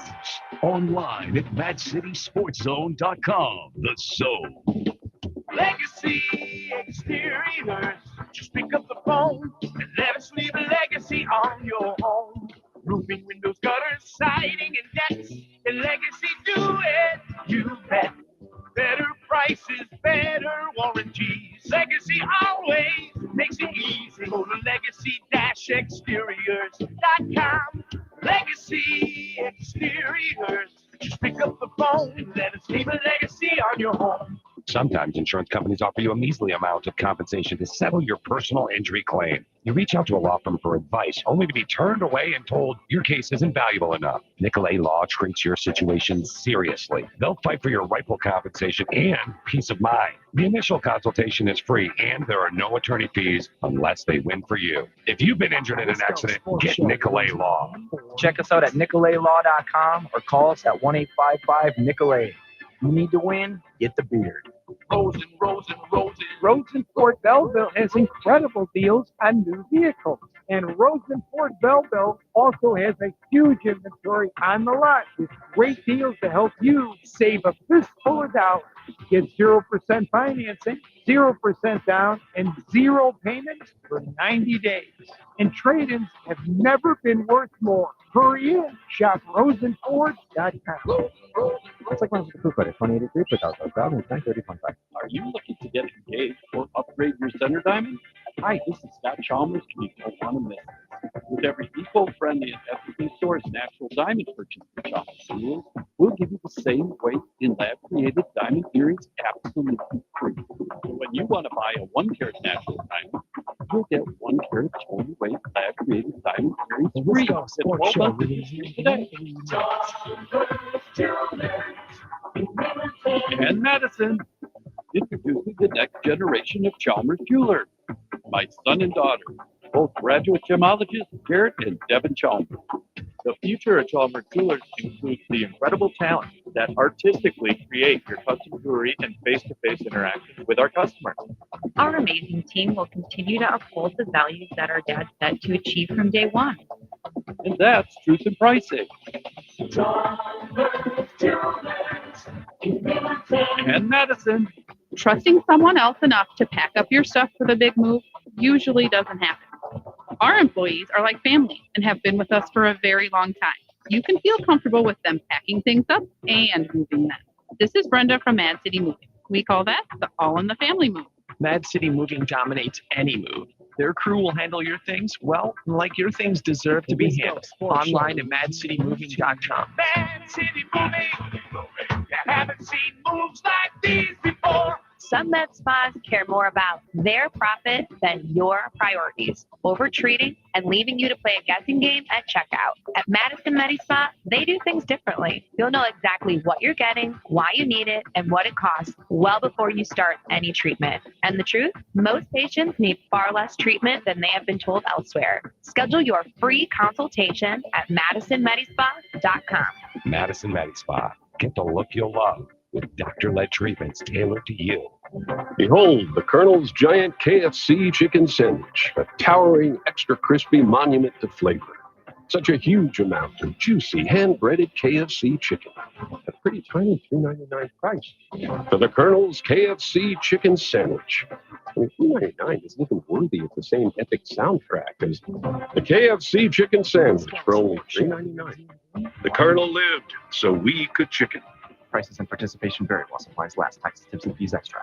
When your car is making a strange noise, no matter what it is, you can't just pretend it's not happening. That's an interesting sound. It's like your mental health. If you're struggling and feeling overwhelmed, it's important to do something about it. It can be as simple as talking to someone in your community, or just taking a deep, calming breath in. Nice. For mental health resources, check out loveyourmindtoday.org. At loveyourmindtoday.org, you'll find information that may help you get through a tough time. Things like tips for dealing with stress, how to navigate difficulties like financial worries, anger, substance use, and more. You can also find real stories of how people navigated their own mental health challenges. Because once you start to address the problem, you can go so much further. Visit loveyourmindtoday.org. That's loveyourmindtoday.org. Brought to you by the Huntsman Mental Health Institute and the Ad Council. Welcome back. We're broadcasting live here at Flipside Pub and Grill, the north side of La Crosse. Oktoberfest just starting. You can feel the excitement in the air. I'm not being sorry. You can actually feel it. I can feel it. I can smell it. We'll be tapping the golden can tomorrow with Ebo. He should be rolling into town any time now. Bill Michaels as well. How lucky are we? Now, earlier today, I recorded a conversation with truly one of my favorite people. It's Coach Andrew McGlenn, who's on staff with UWL. He's an offensive line coach. Talked a little bit about the WEAC. Talked about the value of Oktoberfest and what it means to the program and to this area. And then I picked his brain on offensive line play as well. So you hear a little bit of that. Here's my conversation from earlier today. Coach McGlenn, well, they turn to the program. Always a pleasure to talk WEAC football, especially on a weekend like this, Coach. It's Oktoberfest, and you guys, lucky you have off. Yeah, your schedule returns next week with Whitewater. We can talk about that, but is the team going to do something? You guys have plans for Oktoberfest? What does this mean to your program, and especially on a weekend like this when you're actually able to participate and celebrate maybe some of the things? Yeah, Grant, I'm not sure how much we'll be celebrating Oktoberfest per se. Maybe the wrong word. Maybe they'll celebrate. Yeah, no doubt. Double-edged sword, right? Great economic boom for the area. It's the biggest economic deal I think I saw. Thing brings like $26 million this weekend. It's just as a coach and as a program, you worry about those things because you get a lot of young people from all over the Midwest to come to it, and for more than just the German heritage, if you know what I mean. So we are actually practicing on Saturday to help maybe alleviate some of the possible issues that may happen. And the whole league has the week off this year at this time, so we kind of are all settled in the same spot in terms of that. So it's just kind of unique. There's some weeks where teams have been playing week 4 for whatever reason with the schedule. The whole league was done weeks 1 through 3. So I know everybody in the league is off at this point until we start league play the first weekend of October. So your non-conference season so far, I'm just looking back a couple of years because you have recently played. Haven't you guys played Wayne State in the last 3 or 4 years or something like that? That's an impressive win over a D2 school that you guys got it home. Hadn't Wayne State played you? Hadn't you been there within the last couple of years? 2022 we played in Detroit. Yeah, okay. 2022. So we've actually played last year. We played 2 GLIAC teams in Northern Michigan and Grand Valley. But we have played at least 1 GLIAC team every year this decade so far. A little bit of a situation where both leagues, their league has lost a member. They added Roosevelt in from the NAI to the Division II member recently, but they are still short on games. They're having to repeat some of their conference matchups to get enough games. Or I know Grand Valley and Ferris State have been playing like teams from the Rocky Mountain Athletic Conference, so that involves flights out to Colorado. So it's worked out pretty well when we've had a hard time scheduling, they've had a hard time scheduling. So yeah, we actually go back out to Detroit next year for a home and home with Wayne, and we did the same thing with Northern Michigan in 23-24. So yeah, it's just been a common theme for what we've had to do. Cool to play at the Superior Dome, right? That's a good home and away. The Superior Dome up there on the shores of Lake Michigan, and then also they get to come down and play in front of the Bluffs. These are some cool venues. Talk about the impressive win over Carnegie Mellon, Pennsylvania. That's a top 20 team still in the D3 rankings, even after you guys beat them. Yeah, they had a great win this last week against Barry. He's been perennially in the playoffs and really done well nationally, really. So yeah, we turned into big Carnegie Mellon fans after our game because the better your opponent does that you beat, the better everything happens now with this National Power Index, the MPI in Division III. So it was a really, really great trip to Pittsburgh against a really, really quality opponent. They're very good. They're going to give John Hopkins trouble, and John Hopkins is phenomenal. But they're now in the same league. They shifted last year. They were in the President's Athletic Conference, the PAC, and now they're in the Centennial Conference, which is maybe a little more top-heavy with the structure, with John Hopkins being an excellent program. But yeah, it was a really great win. You never know how the first game of the year is going to go for your guys. Our guys came out and were really physical and made some great adjustments to what was going on. I'm really proud of how they handled that. So now you guys have Whitewater after a bye weekend. This weekend, the conference play will return. They have a 37-0 win over St. Xavier, and they went down to Texas, down to Belt to play Mary Hardin Baylor, and they won in pretty impressive fashion. So what are you looking at with Whitewater? Are they maybe back in a way that we haven't seen in the last year or two? Well, let's create this. There's a little bit of false narrative of what happened last year. They had a game against Mary Hardin Baylor where they had a ton of turnovers, which cost them that game, and I think they were dealing with some injuries, and them going 6-4 is them bottoming out. So everybody thinking that they were going to write a eulogy for that program is pretty silly. They are phenomenal. They're way it's really impressive to watch them on film. So we just look at it as we know we're going to go through these battles throughout the next 2 months. And to get to do it down at Perkins Stadium when we'll probably set the Division III record again for attendance, I would guess. I know it's a family weekend. It'll be a beautiful weekend in early October.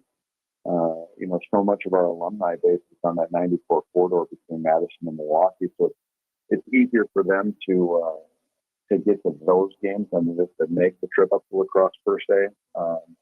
It'll just be a fantastic opportunity for both teams. And truthfully, I don't know if I'd want to play them at any other point in the year. Like to be able to get them right away in conference is really a neat setup, I think. Well, yeah, and then you avoid both teams looking down the road and maybe looking past opponents or being distracted with the idea of that matchup, because every UWL Whitewater I've gained or I've watched or either covered with WK2I comes down to the wire, win or loss. You mentioned they quote unquote bottomed out last year at 6-4, and that's actually what I want to ask about you next. I don't know that Whitewater took a massive step back last year as much as maybe the rest of the WIAC got a little better. Like, how much of the story of last season is Stout being the program that they were, River Falls being the program that they were? Like, is that a product of the rest of the conference maybe taking a little step in a way that we haven't seen in the past? Yeah, the big thought is nationally, are we as good because we haven't had that same national impact that it happened from 05 to 21, where we had a team at least in the quarterfinals every year. Yeah. I believe that streak was actually the semifinals where we had a representation within that. The quality of the league, and you talk about looking past anything. If anything taught you something about the WIAC last year, the top six were so good in the league last year. Mm-hmm. And I believe there was only 3 games between those top six, which I could do the math for me on how many games that would be, but there were only 3 games that were more than 1 score games. They were so competitive. So, if you look past anybody in our league right now, you'll get sniped. And I think that the tide has risen throughout that whole thing, and it's really lifted all ships onto that. Our 21-2 conference record in non-conference is pretty impressive, with losses to the number 1 and number 7 teams in the country, and some pretty nice wins with Whitewater taking out Mary Hardin Baylor. We took out Carnegie Mellon. There's Oshkosh going out to Linfield and beating them decisively is really, really impressive. So, and there's more impressive wins out there. And at Stevens Point, what a great job Luke Pinay's done there this year. And those guys are good coaches at this point. They just inherited such a tough situation at first. And the league is really, really strong, Grant. Well, that's three really impressive road wins too. When you're talking about going on the road, and not just driving down 94 or up or down 52, like going to different parts of the country and beating teams that are top 10, top 20 D3 programs in the nation. Give us a little bit of a synopsis, Coach. Maybe if people are just starting to settle into WIAC football, give us a 2-minute synopsis of UWL's play style this year, names to watch, kind of the story of your team and how you play. Yeah, I think what's happened with our team is our team is almost everything they've done, and that really started back in January. Even some of our off-season stuff, Grant, where guys were just a little more urgent. They were not overly happy with the results last year, and they understood that some changes probably just needed to be made in order to protect what we're trying to do. Because winning football games is hard. I don't care where you're at. It is really hard to win football games. So I think offensively we've developed a nice balance. And ultimately we talk in our program to do what's demanded.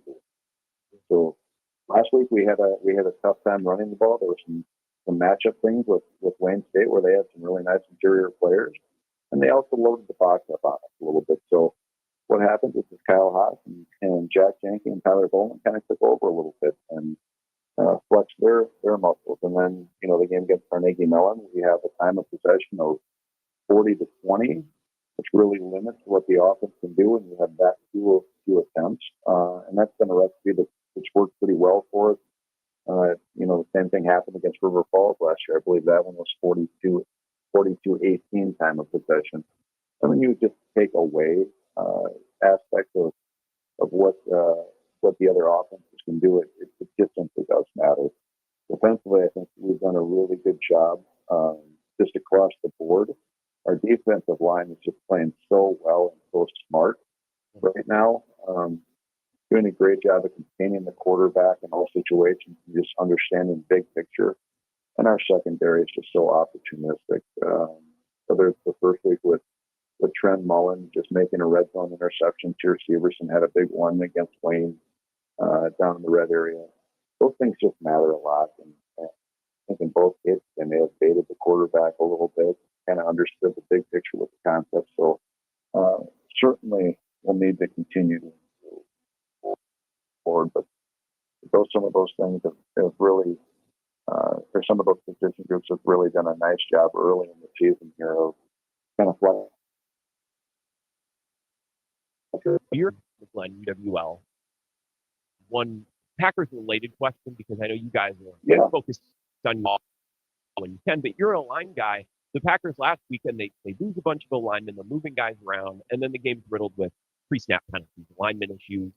As an offensive line coach, how do you correct those things? Or how do you, maybe a better question, when guys get hurt and you have to move guys around, how do you do your best to maintain a game plan or adjust the game plan on the fly and keep some of those technical errors from really kind of sinking the game plan, especially in a game that you should win? Yeah, first off, we talk about here if we could ever get a true 2 deep where you would be comfortable with the O-line and playing your top 10 guys and not having a significant fall off. That would be a spot where if we can get there, you'd be really comfortable where you're at as a group, as a program. And I don't think we're that far off from it, but we're also not quite there yet either. And I think that holds true even at that level. And so when you lose a starting tackle that has been playing pretty well, and you play a team like Cleveland who has an edge player that is ultimately very disruptive, and you have to shuffle all those cards, it becomes very difficult. And I know the easy thing to say is you can slide to Garrett and do all those every play, but that's just not realistic based on the defensive structure. And I know everybody looks at Cleveland in regards to what happened, what's happening with the quarterback situation and all that.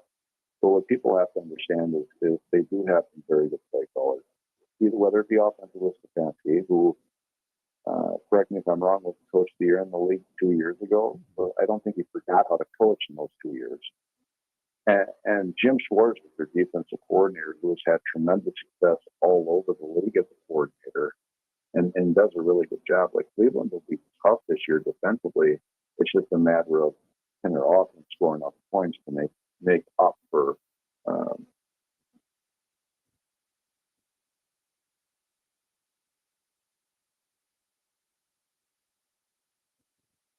be able to see that but just I know some of the end of game situations were frustrating for fans, but I think Green Bay will be fine long term. You're telling me that it's not just as easy as we'll chip with a tight end or chip with a right, because that's what fans say. That's what I think. Just move a tight end. You're telling me that it is a little bit more complicated than that, a little harder than that. There's a few more pieces to look at things when you look at things formationally and how teams will adjust to things.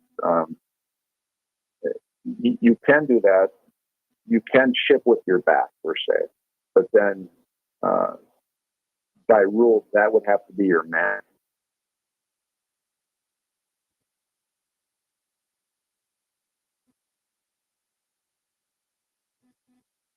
And then we're just going to man protect on that side and chip with the back. If there's a blitz from that man's side, you have to make the decision: do I go with Garrett, or do I let a blitzer go free? Which neither are great answers, right? And ultimately, everybody was pretty excited because Green Bay was able to acquire a player that caused those type of matchup issues. And I did see, I believe it was on a Rashawn Gary back where they aligned Parsons at linebacker, or maybe he wasn't playing linebacker. He was just off the line in a very unique look that made it hard for the offense to understand how to identify and then get specific help for that player. What happens is people start to fixate on one, and then 52, who's an excellent player, is able to get one-on-one matchups or get blown assignments, which he'll take advantage of pretty quickly. Well, yeah, and when you're chipping with the back, you're expecting the back to process that in a split second, make that decision in a split second. Do I go to the free blitzer? Do I stay with my assignment? Then I'm supposed to chip off right tackle if that's where my Garrett is. And that guy has to make that decision and execute that decision in a split second. It's a little bit easier said than done. Yeah, I would tend to not only that, but then the angles you have within that can make it very, very difficult to understand where do I help within that, because it's not necessarily it's always chip on the outside, it's always chip on the outside. You have to feel that out, and that's difficult in space. I would love to sit in a room and listen to a running back coach work over some of the principles, because on the TV it's like, well, you fake the handoff and then you look for the guy and you go block. It's a little bit more complicated than that and happening very quickly. Oh yeah, and you're asking to go toe to toe with guys like Myles Garrett or John Gary, who are some of the most physically freaky people on the planet, who are coming downhill. Yeah, they're pretty good players, and that's an understatement. They're pretty darn good. Well, Coach, enjoy. I know you guys are practicing this week, but enjoy not having to travel, not having to get up for a game, and enjoy your preparation for Whitewater. Appreciate it, Grant. Have a great day, buddy. This is the Wisco Sports Show with Grant Bills on the Wisconsin Sports Zone Radio Network. The football has started, but training camp isn't over. It's training camp for the season that really matters. Oktoberfest season at the La Crosse Beer House. Prepare your appetizer game with pig wings or a 24-ounce pretzel to share with the squad. Main course grills include locally made brats and amazing batter fried fish. Wrap up your training with the best selection of German beers in the area. Oktoberfest won't know what hit it when you complete your training camp at the La Crosse Beer House, corner of 3rd and Pearl, downtown La Crosse.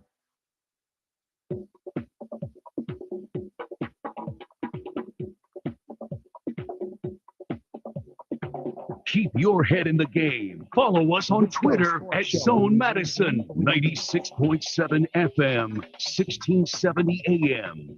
The Zone. Clogged pipes again? Sewer ninjas cut through the mess with no dig repair. One call, one solution. SewerNinjas.com. If you're constantly consumed with food, what to eat, what you shouldn't eat, what you'll eat next, that's not willpower. That's silly food noise, and it's exhausting. At Ignite Wellness Partners in Dane County, they help you silence the food noise with medical tools like semaglutide, prescribed and monitored locally so you'll stop obsessing. This isn't some online gimmick. It's personal and proven to work. Schedule your free consultation at ignitewellnesspartners.com. Real results right here in Dane County. Get lazy and go crazy with green and gold game day specials at the Lazy Oaf Lounge. Half-price baskets, beer bucket, 5 domestics for $15 specials, and $6.75 pretzel baskets. Plus, go all in on the meat wraps, jersey drawings, and additional giveaways. Free green and gold Jell-O shots with every green and gold touchdown, and wall-to-wall TVs so you won't miss a single play. Cheer on the pack and enjoy your mouth-watering specials as you get lazy and go crazy with another green and gold game day at the Lazy Oaf Lounge. Find updates on their Facebook page. Educated mortgage, the smartest way home. Call Ken, the mortgage man. Getting your offer accepted on a home doesn't have to be nerve-wracking. Let's talk about the Educated Mortgage Cash Advantage program. We'll help you beef up your bid by making a sweet cash offer, giving you the smartest advantage when moving into your new dream. Educated mortgage, the smartest way home. Call Ken, the mortgage man. and MLS number 222652. How can you free your team from time-consuming office tasks? Amazon Business.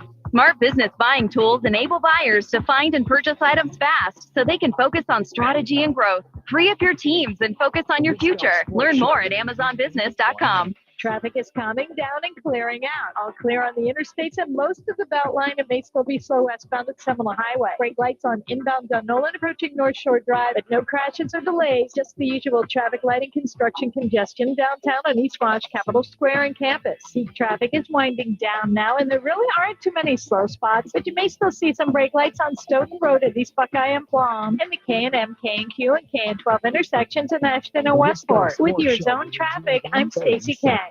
Sunday is race day on 96.7 FM, 1670 AM, The Zone. Gentlemen, start your engine. Tune in all season long to get your fix of NASCAR Cup Series from Interstate Batteries Middleton, Interstate All Battery Center, outrageously dependable, and Gunderson Funeral Home. Visit GundersonFH.com. Over 100 years as your hometown life celebration center.